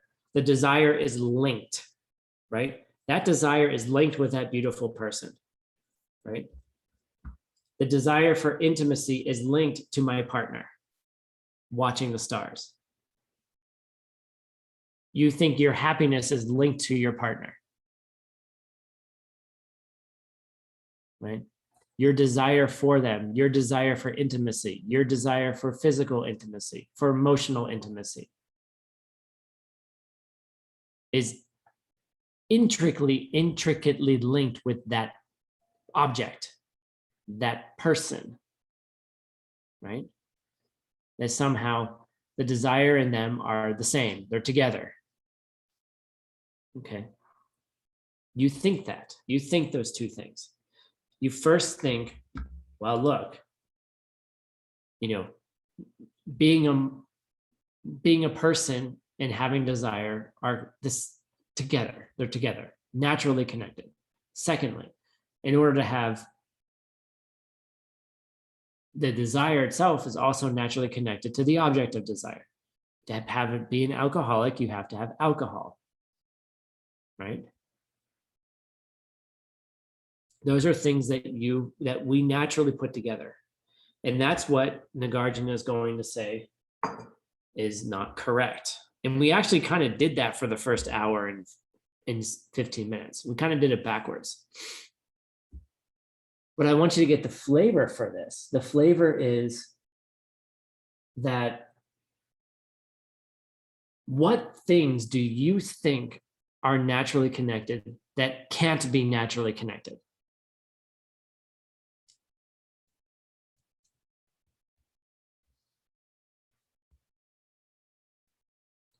So a couple questions come up, right? One question is, can you have desire without a mind? Can you have desire without a person? Could you ever have desire for alcohol without ever having alcohol? Right?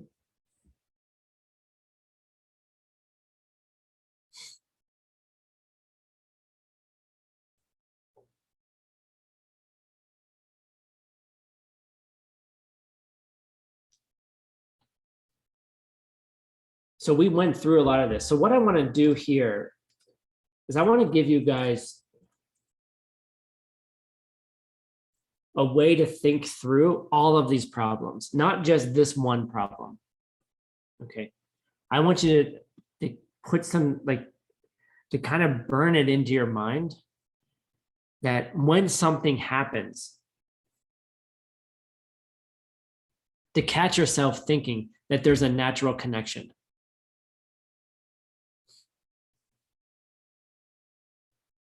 And then you do a sort of Nagarjunian and a Nagarjuna, I can't even do it, an analysis in the Nagarjunian style.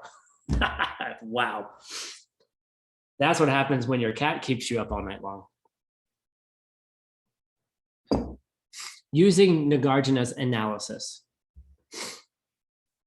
right? You discover something cool. You discover a hamburger. What? You discover an impossible burger. Did anyone ever eat an impossible burger? It's meat, but it's not. Okay. It's impossible. Looks like a hamburger. Looks like a cheeseburger. Mouth waters like it's a cheeseburger. And I want it, but it's impossible. Okay.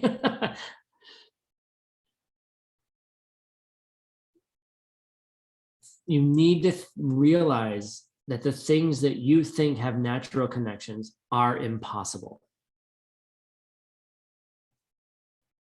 Even the way that the person who appeared that has the sexy nose, when you saw the sexy nose and you decided that you had, or you experienced desire, the way you thought you were experiencing desire for the person walking down the street with the sexy nose is not the way you thought it was. Okay. So it's impossible. It's the impossible burger. They're actually quite delicious, in my humble opinion. Okay, so here we go. I want to go back to a word here that's very, very important. Well, Aijan, the way a nose can be sexy is I'm trying to pick a part of the body that most people don't find particularly interesting. It's not like it's like neutral, right? I could have picked other parts of the body that may not be so neutral, but then it wouldn't be all age appropriate. Just picking a nose, right? Get it? Picking a nose? Haha. Bad joke. No, but the point really is that what part of the body do you see first that you find attractive? Is it the tip of the nose? Is it the whole nose? Is it the tip of the ear? Is it the butt? Is it the knees? Is it the toes? Or is it the chin? Is it the lips? When you're looking at someone, you're not seeing a whole person. You're just looking at their parts. Okay. Okay. So what parts are you focusing on? We as humans tend to look at certain parts over other parts. Okay. And we call some of them sexy and some of them neutral, right? I chose the nose, right? There's no reason why a nose can't be attractive, right? Just because you look at eyes and you think eyes are so amazing. Come on. What did you look at first? The eyes, the nose, the butt, the knees? Which part did you look at first? Anyway, that's why. Okay. Something very important in Nagarjuna is this word porva. Okay. And it's this idea of earlier, before. Right? The root is pir, which means to pass. And you get words in English like forward, before. What's before something? Porva. What is ahead of something else, right? What's forward, in front of. All right. This word is extremely important because this is how you think. This is how you think.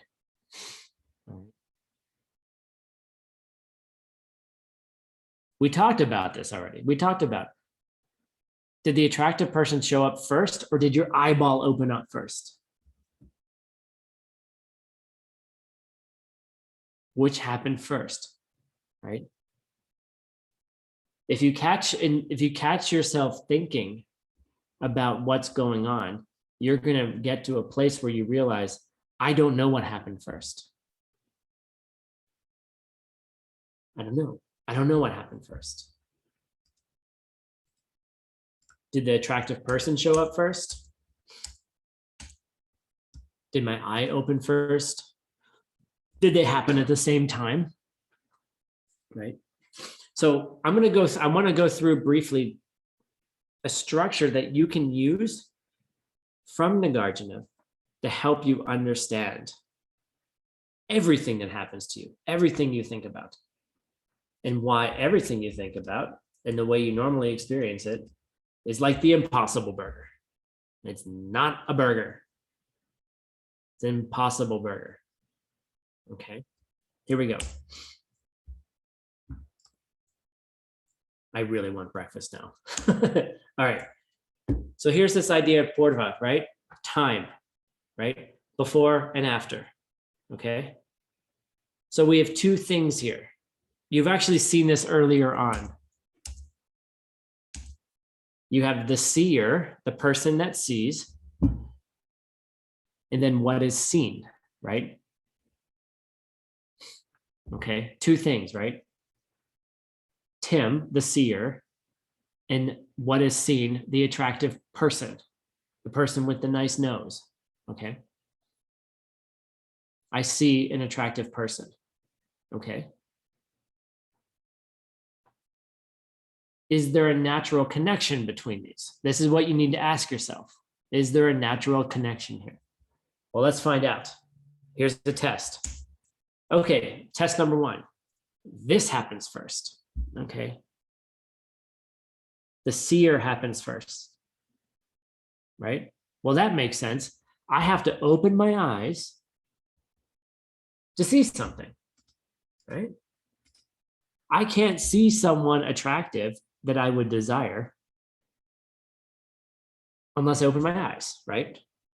That's pretty easy. That makes sense, right? Are we good? That makes sense. All right. But then you ask the question, well, wait a second.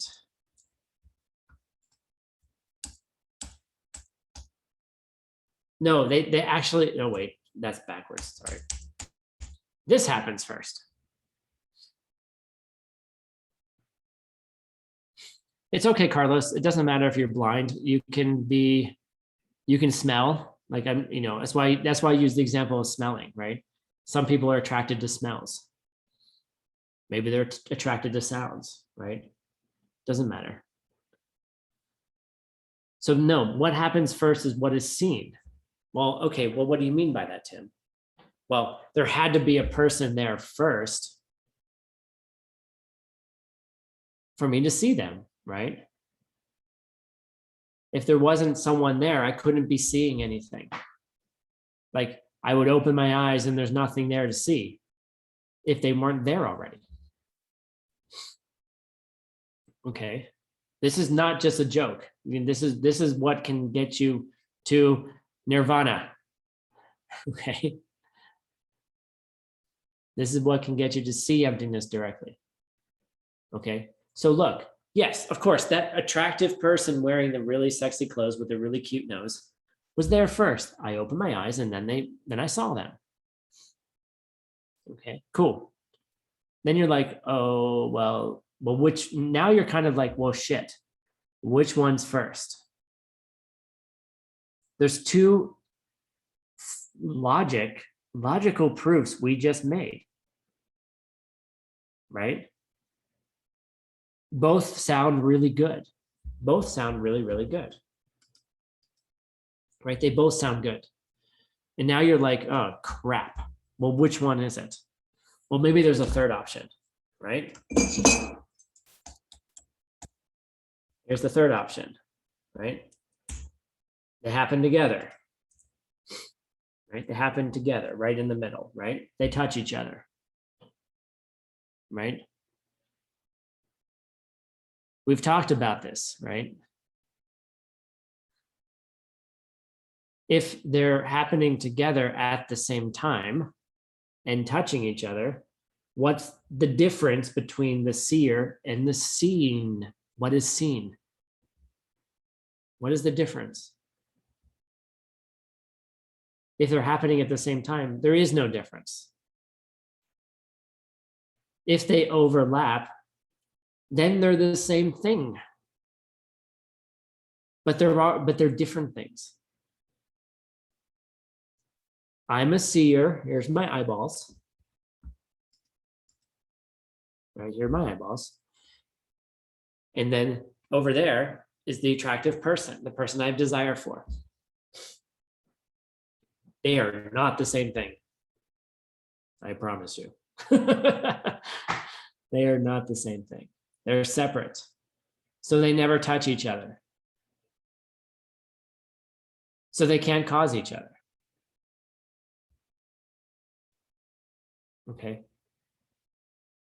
So you have like your mind at this point should be like, well, then what is it? Like I'm seeing in the chat.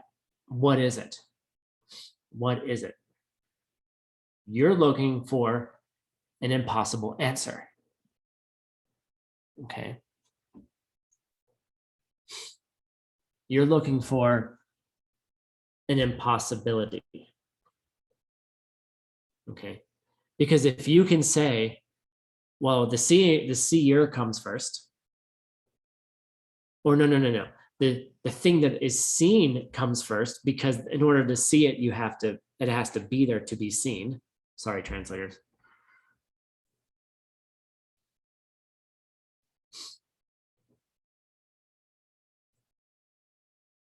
Then you've just contradicted yourself.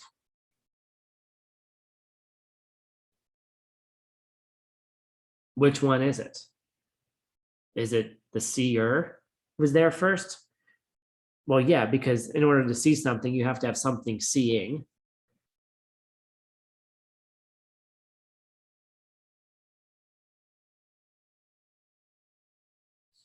Well, that's interesting, Elmira.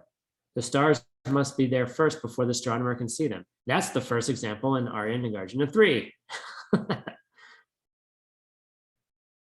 No, like you got to think about this. Like we just said, you need to have a seer to see something. Yes, great. You need somebody to see something.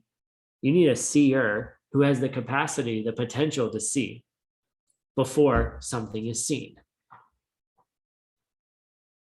Okay. But on the other hand, you're like, okay, fine, that makes sense. But wait. In order to see something, you need to have something there to see. You can't call it seeing until it sees something. You can't call someone a seer until they see something. Like you're not something until you do it.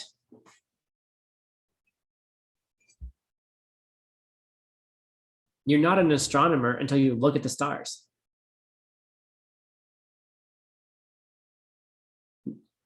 Oh, Timmy, what do you want to be when you grow up? I want to be a doctor. Well, are you a doctor yet? No.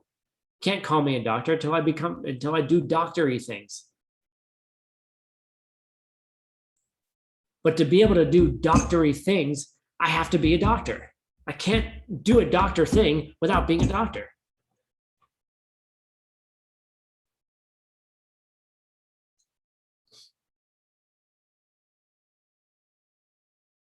Okay, so then you're like, shh, this isn't going to work. All right, we have another option, right? The other option is they happen together. They happen at the same time.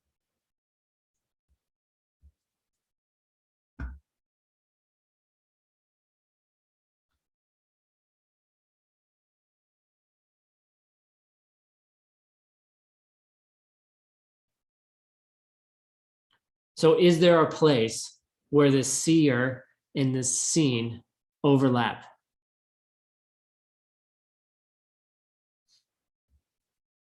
The seer and what is seen overlap. Do they touch?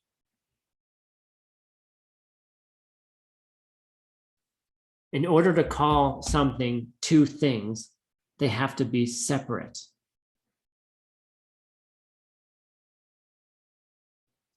My eyeball is not the stars. My eyeball is not, ooh la la, attractive person.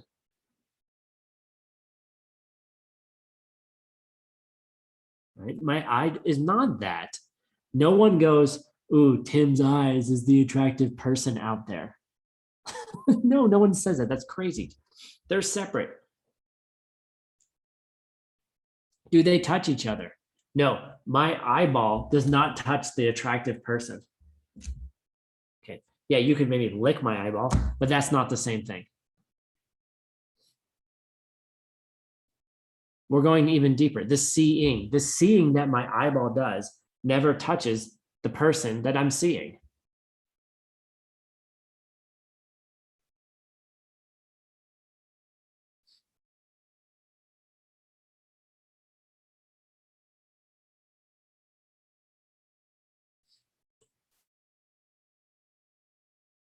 It's very hard to grasp this. Right? This is a very hard thing to grasp. Think of it as cause and effect. We talked about this. The cause and the effect.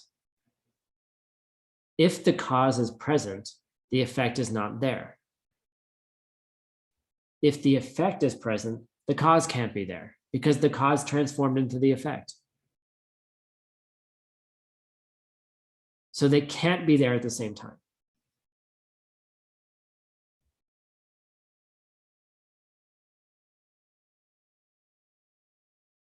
They cannot be there at the same time. They cannot. So what's going on? In order to have a cause, in order to call something a cause, you have to have a result.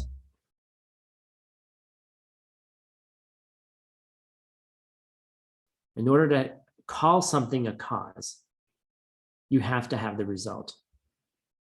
But once you have the result, the cause is not there anymore. So if the cause isn't there anymore, then bananas can create Pluto. You gotta, it's crazy. You gotta think about it. Then anything could create anything else. They're separate. They cannot be there at the same time. So if they cannot be there at the same time, they can never touch, then a cause can never create a result.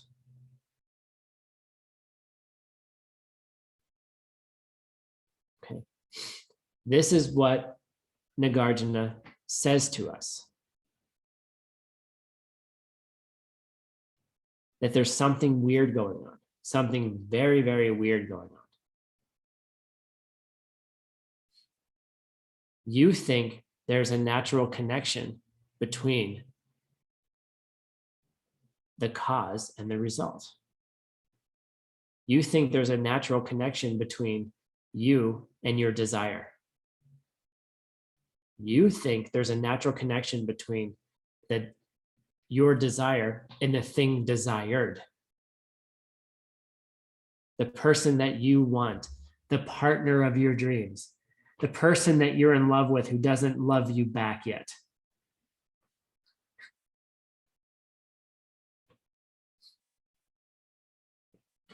Okay. You think there's a natural connection between them. But when you start asking those questions,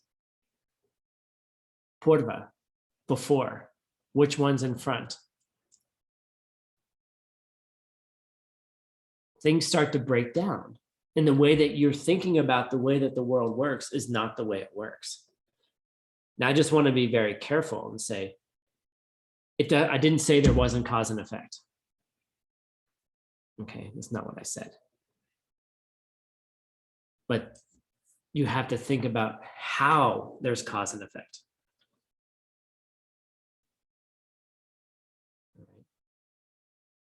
And if you can crack that door open, if you can get that key, put it into the lock and open that door,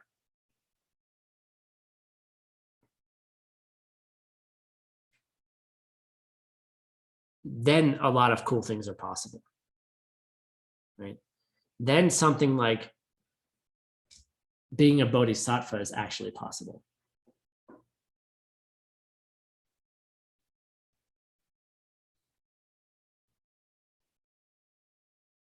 So the question that's going to come up then is, what do we do?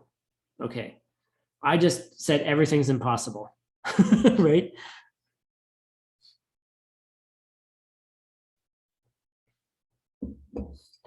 You know, and the short answer is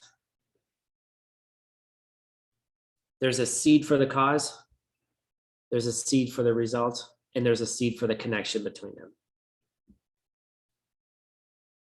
All right. And there's a seed, this seed that creates the connection between them. How do I say this? Let me say it differently.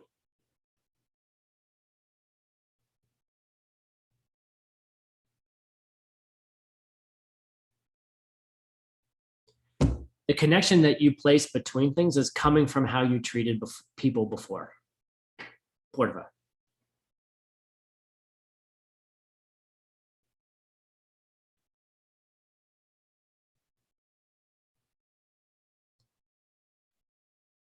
The connection that you place between things that look natural to you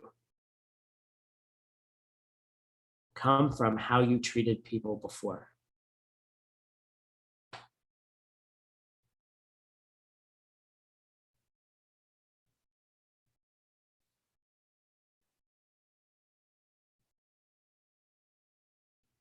So if you think there's a relationship between you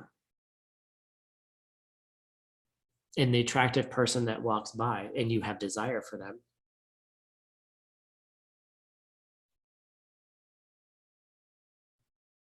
that experience, that seed that ripens, you, the attractive person, the relationship between them, mind only school, same seed. Okay. That relationship comes from how you treated other people beforehand. The fact that you have someone appearing in your life that is beautiful, smells amazing, that you have a pleasurable experience by just looking at them, comes from your past karma, your past deeds, your past joyful kindnesses to other people. Now, is it a mixed karma? Maybe. In one moment, they're attractive. In the next moment, they're in a committed relationship. Okay, two different seeds. Right? Two different seeds. So then that's where you have to be. That next relationship is happening, right? Single Tim, not single attractive person, right? Okay, so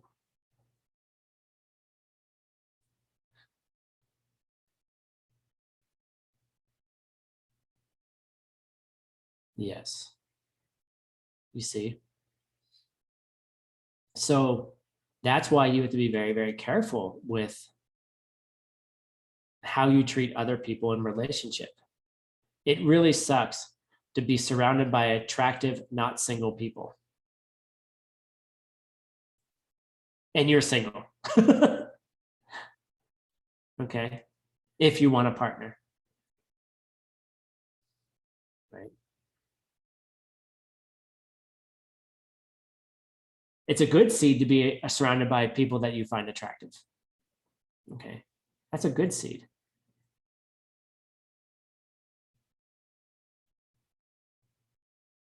Right.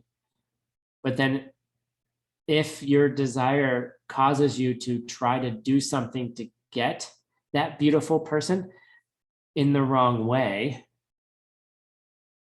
then you're planting a bad seed, and you're planting seed for not beautiful people anymore. So so here's my suggestion. This is from my sort of like how I handle this. If I see someone beautiful or I'm attracted to them, I used to think, well, first of all, are they in a relationship? Do they have wedding rings and stuff like that?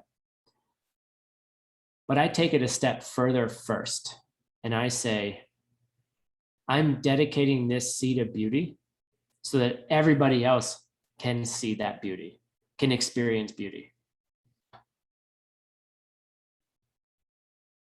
Dedicate it to your future enlightenment. Dedicate it to the future where every living being appears beautiful to everybody else.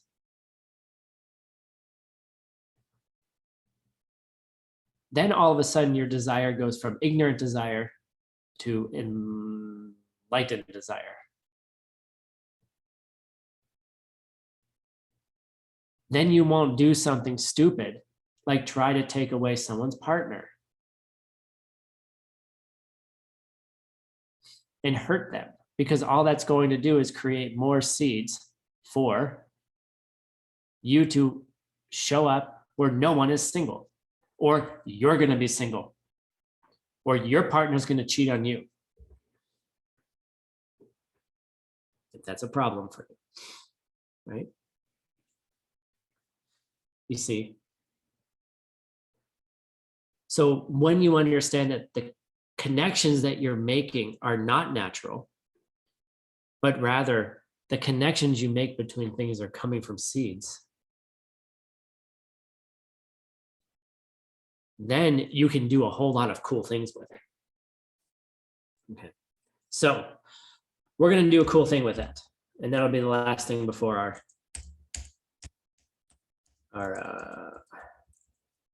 Q&A. Here we go. All right. Question. Who is this?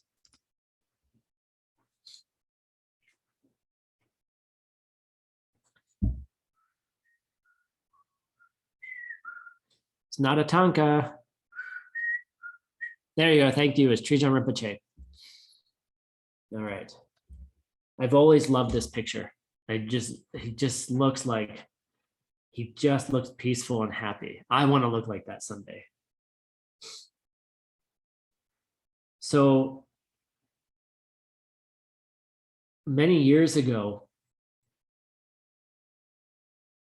in his personal notes, Geshe Michael found a meditation.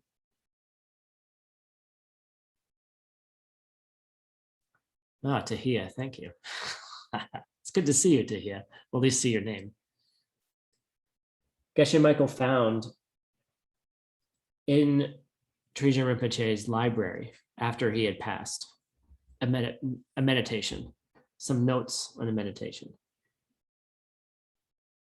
And this is a meditation that you can do. So now you just did Nagarjuna. Now you're a Nagarjuna expert. You know how to ask the question about anything and everything, right? Is there a natural connection between my desire and that attractive person? Is there a natural connection between me and desire? Is there a natural connection between my eyeball and what I see? Right. And you can ask all those questions. Which one came first? The eyeball? Well, yes, I had to have an eyeball to see something. Great, wonderful. Oh no, but something had to be there for me to be able to have an eyeball, to see something. Okay, great. Okay, which one? Well, neither one sounds good. Then they happen at the same time. Well, damn it, they don't touch each other. Because if they touched each other, they'd be the same thing. And we know that they're separate. So they never touch each other. So I can't be seeing something. Damn it. Right? Something weird is going on. Then it gets you to a place of what could be going on, what is going on. Okay, so we're going to do a meditation. And this is a meditation from Trija Rinpoche. And it's a little bit long. But this meditation is, what do you do when you come across the impossibles? It is impossible that I have attraction for someone in the way that I think I have attraction for them. The good feeling of seeing somebody beautiful, the good feeling of eating a chocolate covered donut or an ice cream sundae on a chocolate brownie with the cherry on top and whipped cream. That is so amazing. Which part of the ice cream touches your tongue first? Well, right. Okay, fine.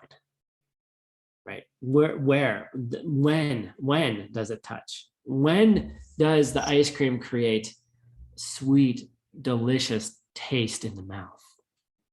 When does the beauty of someone attractive walking by elicit a feeling of pleasure and enjoyment in my body? Right. The way you think it's happening is not happening that way. Do the analysis. The analysis is boring. Walking around being a Nagarjuna analyzer can make you crazy in the mind. Okay. But it's actually crazy not to think that way. Because then what you will do is then you will then do the right thing to create more of the things that you want and stop doing the things you don't want. Stopping the things that you don't want. Okay. Next time you eat a delicious donut, can you catch yourself thinking that by putting it in your mouth, that's the reason why you're experiencing deliciousness?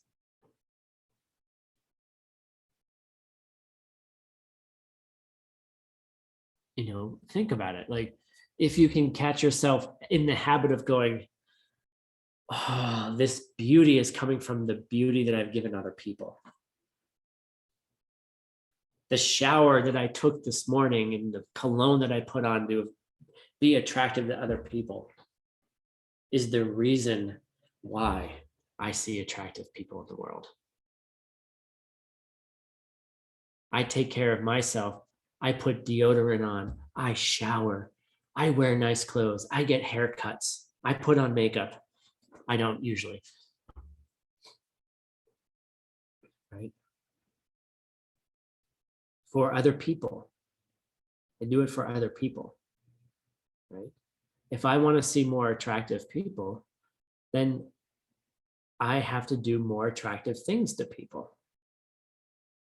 And then when I experience it, I don't want it and I just grab it and just take it, right? No, I understand how I got it in the first place. And then I dedicate it again. All right, let's do the meditation. All right, so get yourself in a comfortable position. I will, this is a 13-step meditation. It's long. It's okay. This comes from Trija Rinpoche. This is what we do when we realize the impossible. And we use what's impossible to make what's possible. How about that? All right. Here we go.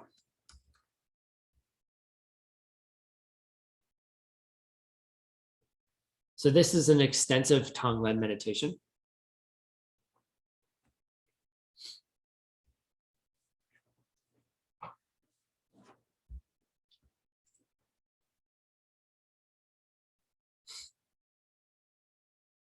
So get yourself comfortable.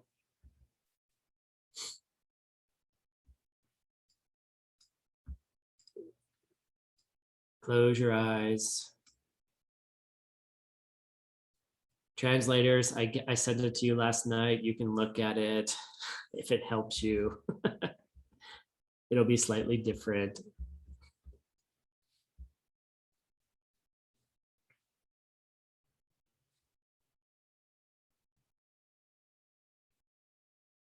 And come to your breath.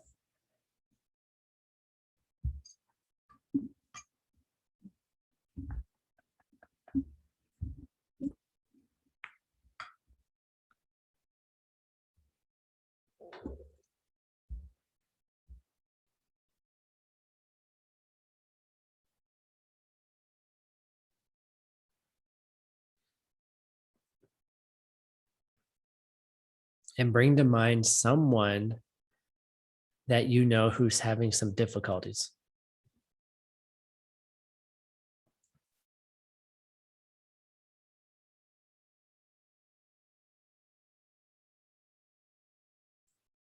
And let's make this a little bit harder. Choose someone that you don't really like that much.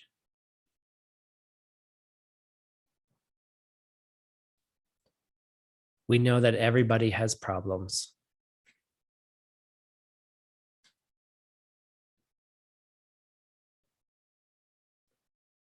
Everybody experiences challenges.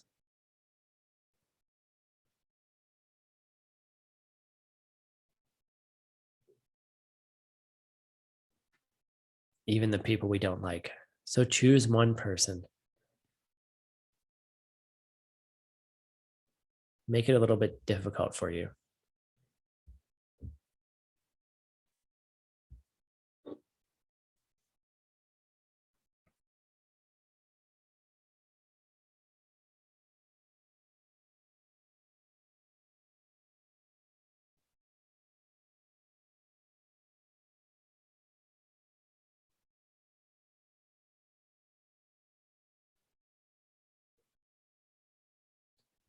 And then,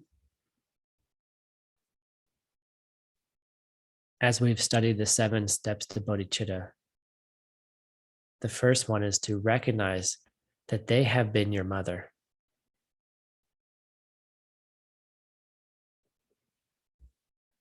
In countless past lives. They took care of you.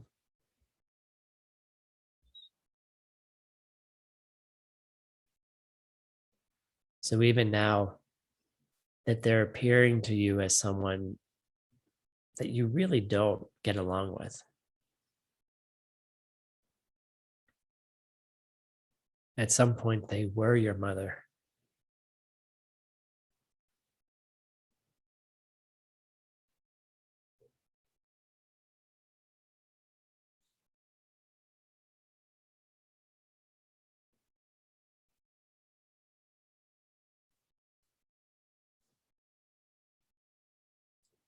And then bring to mind everything that they did for you as your mother.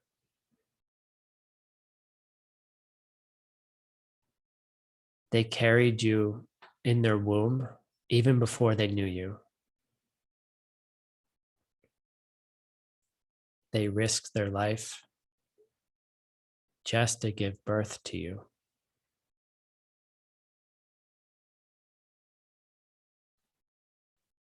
And they sacrificed themselves for you.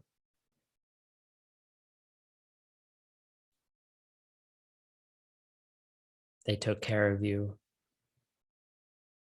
They helped you grow up. They fed you. gave you skills you needed in life.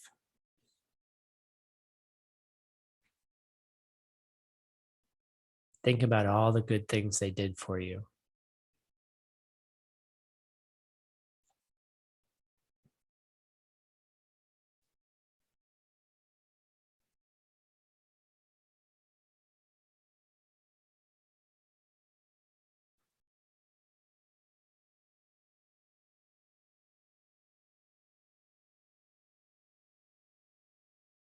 And then decide to repay back, to pay back their kindness.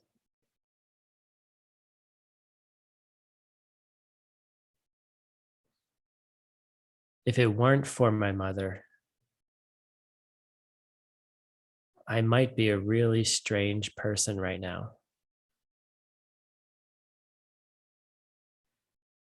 And it would be really odd to not pay back all the things she did for me.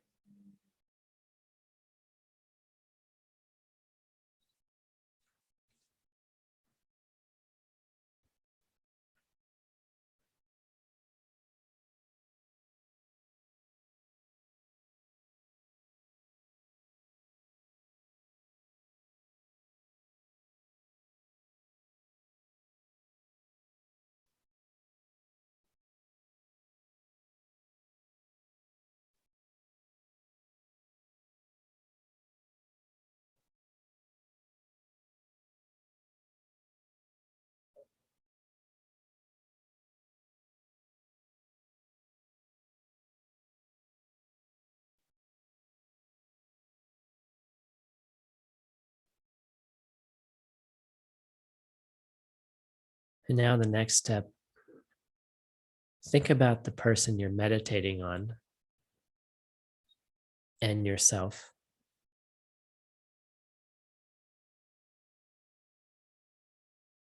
That we both have the equal right to be happy.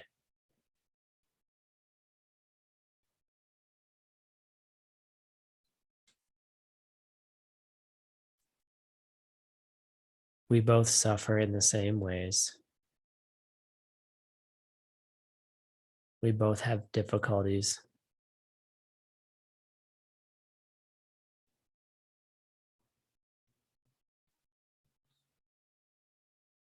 That I should work equally for their happiness as I do for my own.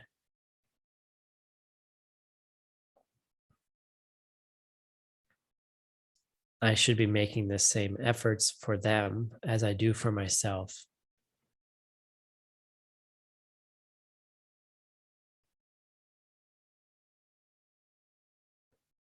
It's really not fair if I work only on my own happiness.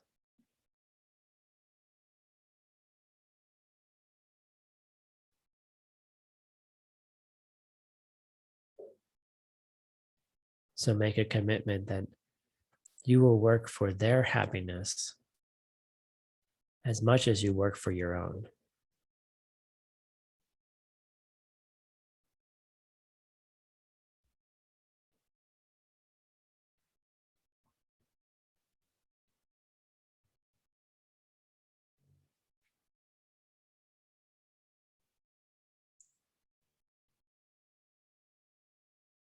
So I could just go on taking care of myself.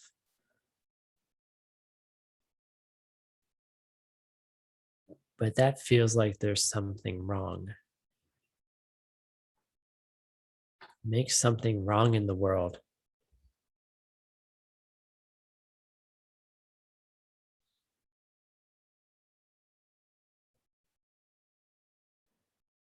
That deep down, I know that my happiness, the happiness I'm working for, actually comes from taking care of others.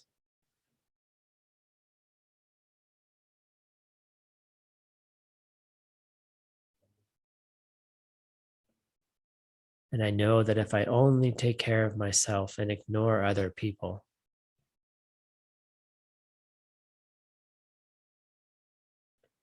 and specifically, if I don't worry about this person in my meditation all that much,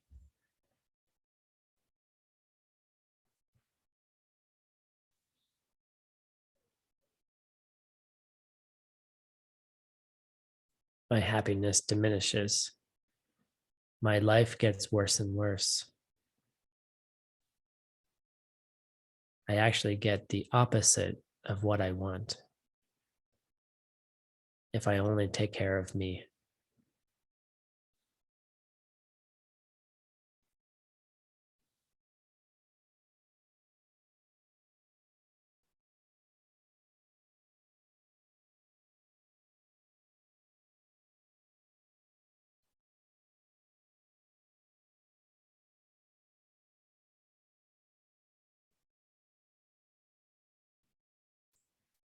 So then if I help this person I wasn't really that interested in helping before, if I make some efforts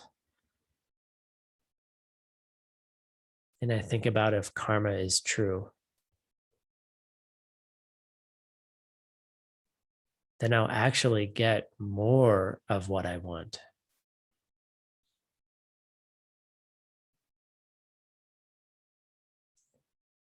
You begin to see that it's a win-win situation.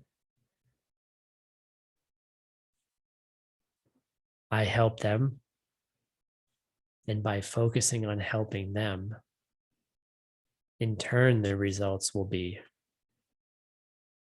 that I get my happiness that I've been searching for.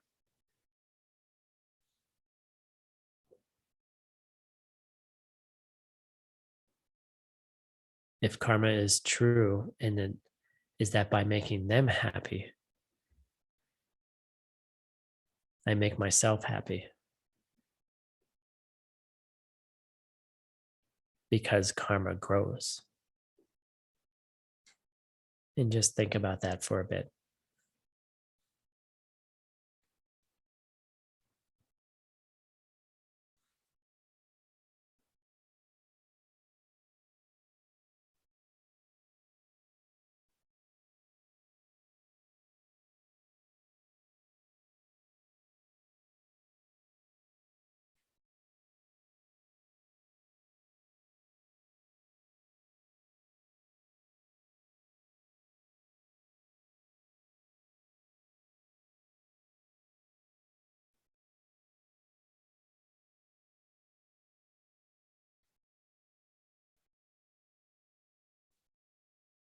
And then the next step is,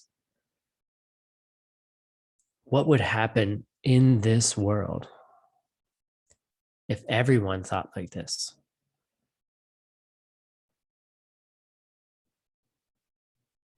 If everyone took care of each other equally?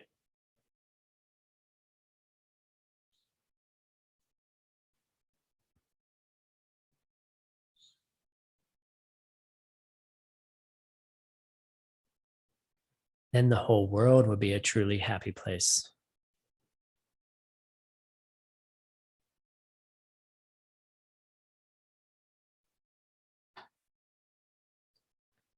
So really, the greatest thing we can do is to take care of the people we don't like.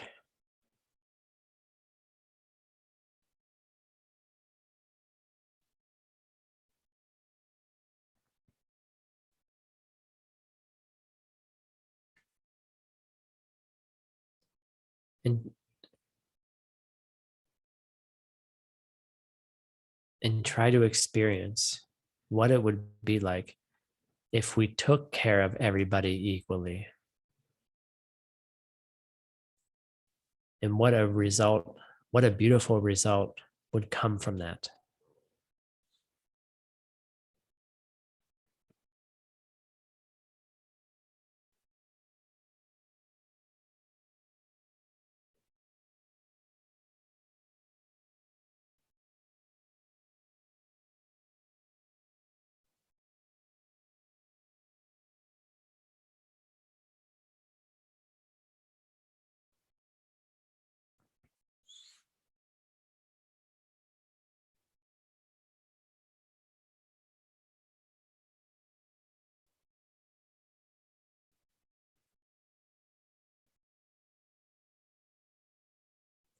And now we're going to build up our capacity.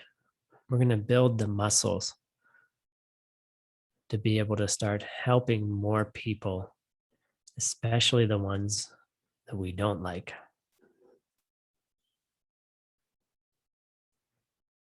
So we're going to do exchanging self for others.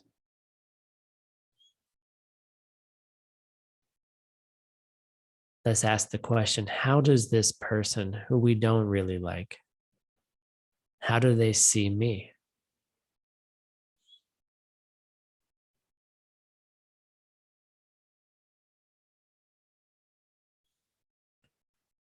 Take yourself, take your mind, and put it into their body.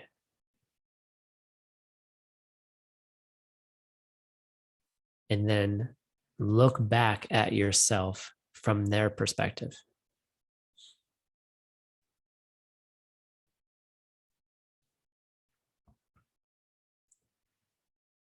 How do I feel to them?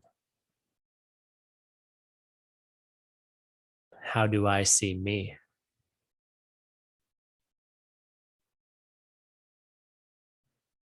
How does someone I don't know very well, someone I don't really like, how do they see me not liking them?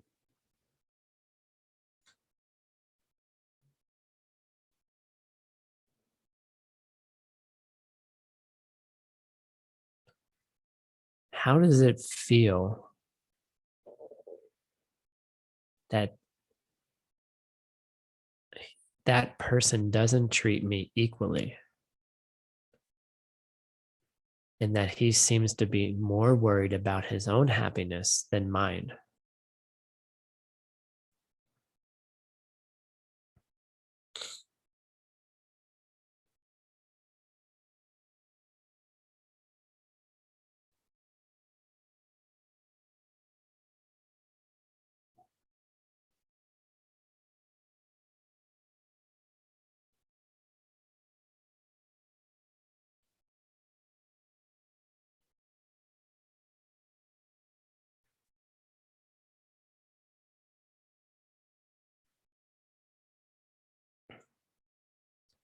And now we're going to do a Tonglen for them. And think about what's hurting them.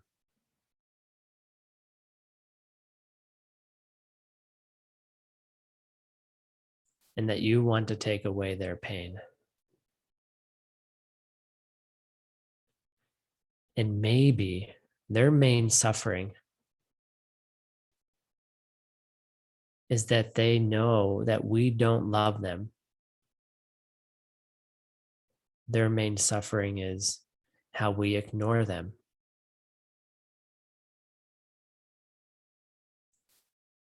How others ignore them.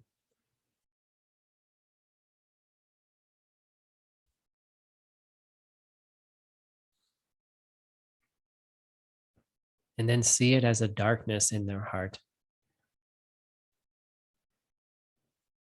It's a darkness of how bad it feels when they realize that we really don't care about them that much.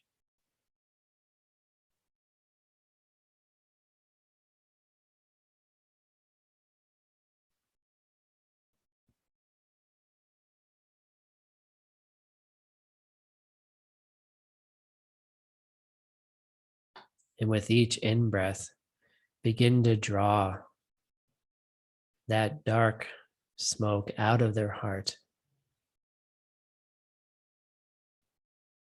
It comes out of their nose.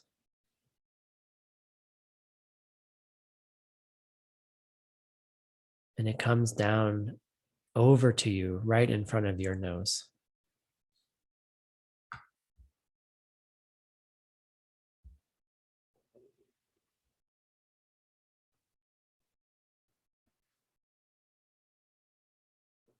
And then in your own heart, see a beautiful, beautiful flower with a diamond in the middle of it.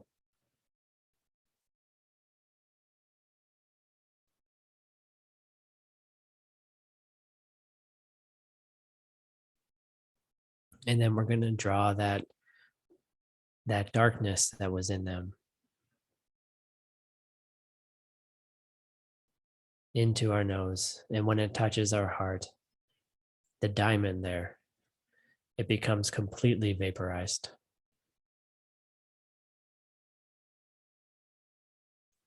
So on the count of 3, draw it in and see it destroyed by the wisdom in your heart. 1, 2, 3.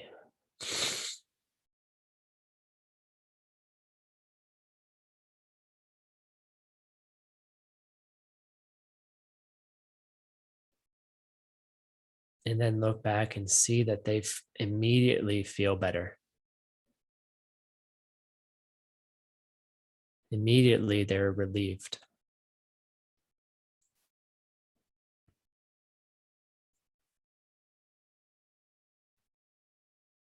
And then right away, send into their heart a golden light that rides on your exhales.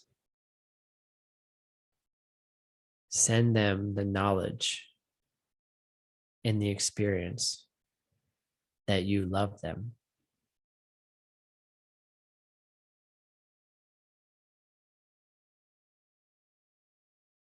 They now know that you're treating them equally.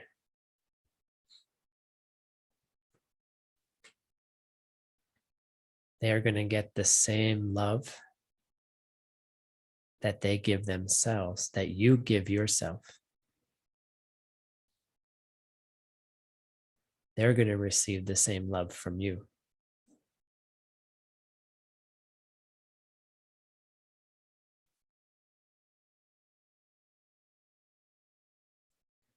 The same amount of attention and care you give yourself, they know you're now going to be giving it to them as well.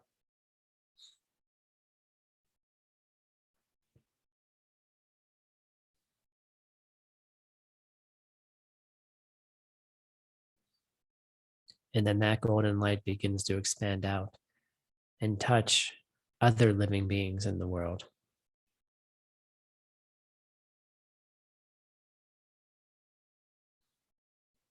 And even when it seems impossible, when it seems like there's too many beings to take care of,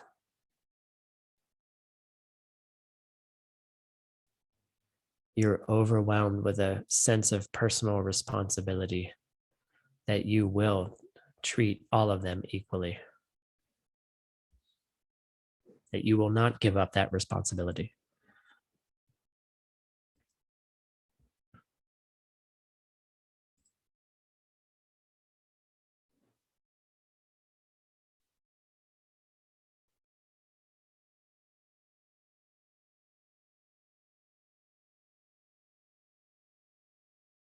And then finally, one of the best ways to take care of others is to just be a good example. If I'm a joyful, happy person, even when I'm tired and have too much to do, I will stay cheerful and always have time for other people.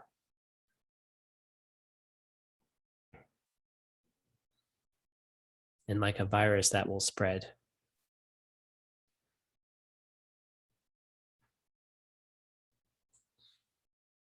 And this is how I will help a lot of people. I will work hard in my meditation. I will study Nagarjuna.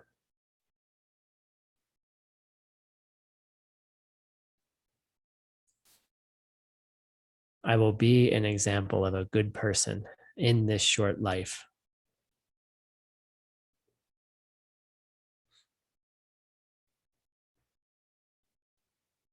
I'll be a shining light. I'll be hope for other people.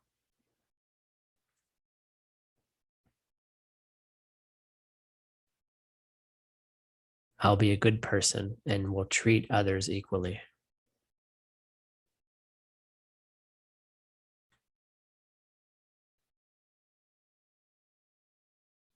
And that's bodhicitta.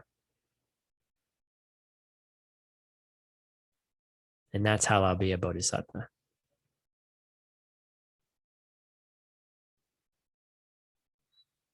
Take 3 long breaths, exhaling.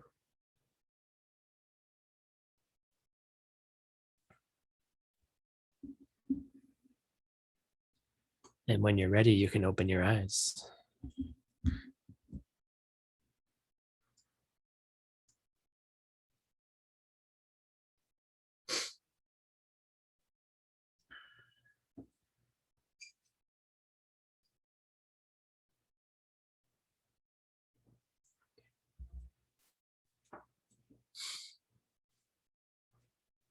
All right, I'm going to put, you'll get the PowerPoint afterwards.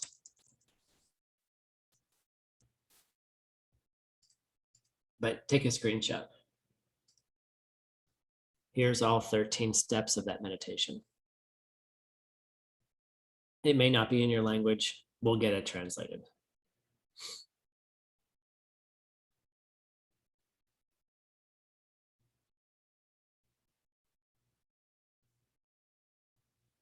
All right, screenshot time over.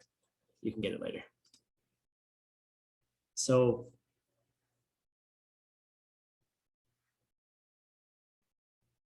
now you'll have to think, how does that meditation answer the question? And I'm not going to tell you. But there's a key in there. That meditation included the 7 steps of bodhicitta, exchanging self and others, and Tonglen. Thank you, Trijang Rinpoche.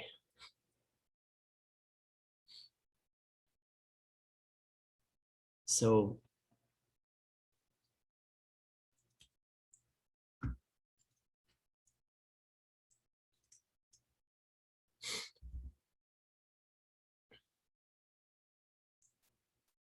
all right, I'll just share my screen really quickly. So this is what Nagarjuna says.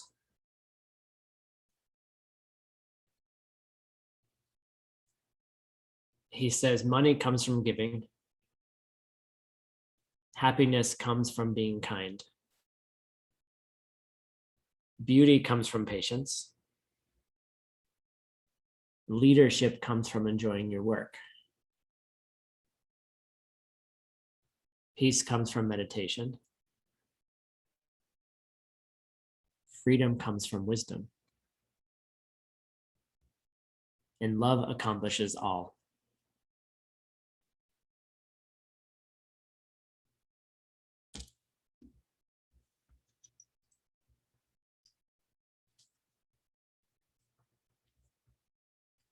All right. So I promised a little bit of Q&A. We've got 10 minutes. But if you have any questions, let's see here. I can answer a few questions.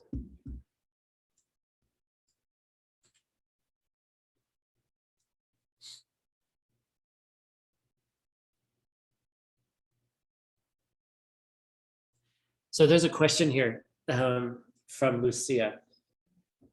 This is an interesting question. She asks, does rejoicing make the connection between the cause and the result? So by doing coffee meditation, does that make the connection between the cause and the result?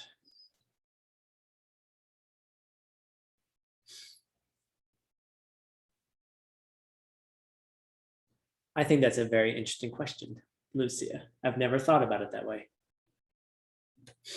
Because we say in the four steps, right? To really plant a seed, you have to go through 4 things. You have to decide what you want.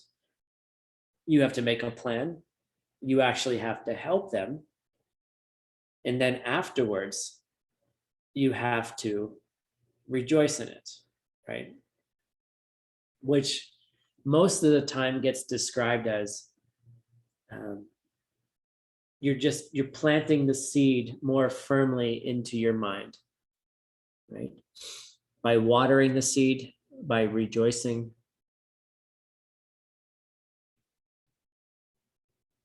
Now the question is, does the rejoicing make the connection between the cause and the result? Right? Because we talked about to have a cause, in order to call something a cause, you have to have the result, right? But once you have the result, the cause is not present anymore. We know that they can't touch, so then they must be separate. So then they don't, there's no relationship. Mushi Musum, hello. Okay. But what causes us to see the relationship between that? Okay. What causes your sense of self to continue over time? The Tim of yesterday, the Tim of the day before yesterday, the Tim when he was 10, the Tim when he's about to have a birthday, right? There's age, right? There's a continuation, right? What causes the connection of you to go over time? It seems like you are a continuous stream. The Tim of before is the Tim of after.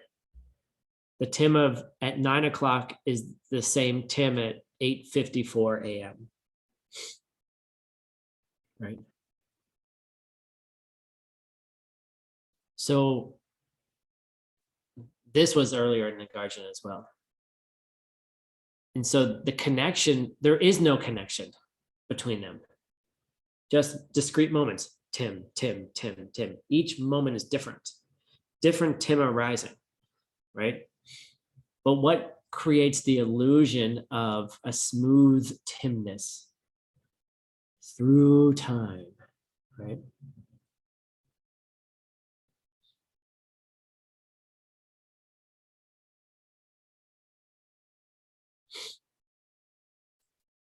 And the seed for that is actually recognizing other people as beings. You're recognizing others. If you didn't recognize others, then you wouldn't be planting seeds for you to recognize yourself.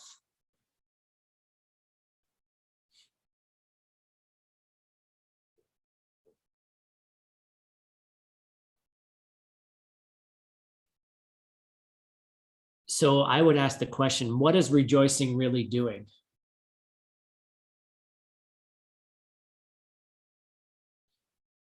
You know, is something about rejoicing about recognizing others?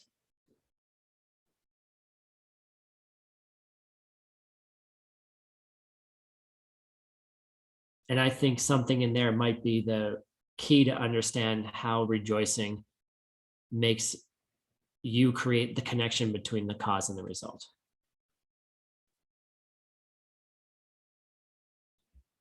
All right, next question. Let's see here. Anything else? Let's see.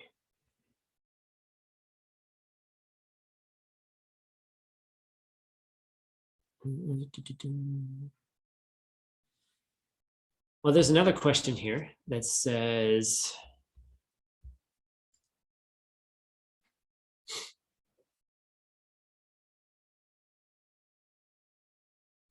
Yeah, so the question here is, what does it mean that once there's an effect, right? The fruit of it, the seed has ripened.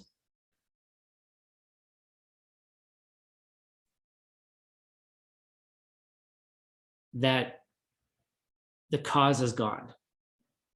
So the question is specific about, once you see something, does it mean that the seer is gone? Okay, we're making the connection of, once there's a result, the cause can't be there anymore. So the question is, once something is seen, does that mean the seer is gone? So from a certain point of view, we could say yes. Something that is seen is seen. It's not being seen. It's already seen. Sorry. This is why this is so hard. If something is seen, there's nothing seeing anymore. The seeing is done. The seeing is over. The seeing is gone. So in the moment that something is seen, the result comes out, the seer has gone away from a certain point of view. Okay. And so then this is what gets us into Nagarjuna's thinking.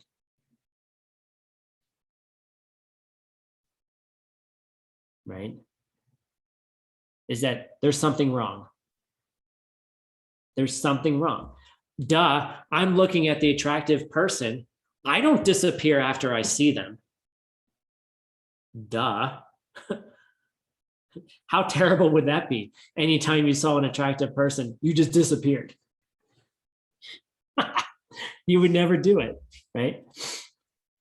Or your capacity to see would stop because you saw an attractive person. Okay. So this is why Nagarjuna, like when you really think about and analyze Nagarjunian style, finally I can pronounce it now that I'm awake. Something is wrong. Something is fishy. Once something is seen, the seer is gone. The seeing has stopped. Right? So that's where when your mind gets uncomfortable, something else must be going on. Okay. All right. That's enough for today. So what's happening next? Right? What's happening next? So this was the stopping of the Get to Know Nagarjuna program. I think there's been like 10 classes or something crazy like that. Hours and hours of trying to understand this stuff. So what's next? Guess what? In 2 days starts Arya Nagarjuna class 3. Oh, look at that. The magic links just appeared in the chat. This course coming up is called The Emptiness of Mantra. Okay. So if you're curious about why a mantra would work or why a mantra doesn't work, you should come to this class, because we're going to ask the same question. Does a mantra, the Medicine Buddha mantra, actually heal anyone? Same thing. All right. In order to call it a mantra, you have to have done the mantra, right? In order to have healing, you had to say the mantra, right? But, so we're asked those same questions. Then do the mantra and the healing happen at the same time? Well, no, because they don't touch each other, right? So they're separate. So they can't do anything. A mantra can create bananas. Or bananas can create healing, you see, because they don't touch each other, right? You need to have a mantra to have healing. So you have to have the mantra first. Oh, no, no, no. Well, no, you have to have the healing first in order to call it a mantra. Well, no, no, no, no. That doesn't, now we're contradicting ourselves. Then they happen at the same time. Okay, they happen at the same time. Then they're touching each other. And then they're the same thing. Then you don't need a mantra to get healed. Oh, no, no, no. What I meant was they're separate. Oh, okay. So they're separate. So they never touch. So therefore, they don't do anything to each other. Dun, dun, dun, dun, dun, dun, dun, dun. Yes, get it? So come to the class. If you have a mantra practice, if you're interested in mantra, if you're interested in Nagarjuna, come to the class, because this will help get you deeper into your practice to understand how mantra could work. How does mantra really work? You know, we have several options. We have our main option includes weekly study groups because this stuff is hard. We have 4 Q&As with senior teachers. And the videos are also available if you're not able to attend that, or it's not in your price range. We also offer it for free as well, just the videos, because everyone should have access. We believe at ACI that everyone should have access to the Dharma, to the teachings, because it's priceless. If someone could understand this, if you could understand this, you know, it doesn't matter how much money you have. You won't need it. Get it? Okay. Thank you all for joining. First of all, I'd like to really thank Sarani for teaching. She taught 9 of the 10 classes. I don't know how she did it. I know how much time I spent preparing today's class. If I had to teach that many classes, I probably would be dead or poking my eyes out from lack of sleep. So thank Sarani when you have a moment. Thank her, because she really brought most of this information to you. I just got to be cool and do the last class. And again, thank you all the translators. I know this was a really hard class. You did smile a lot, so I think you had some joyful effort.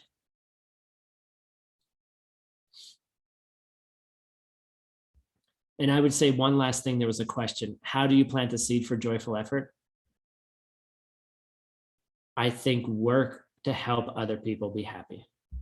Just plain old, treat people like they want to be treated, treat them well, bring joy to their life in small ways.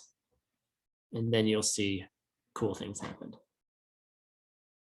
So thank you all very much. Thank you, translators. Thank you, ACI team.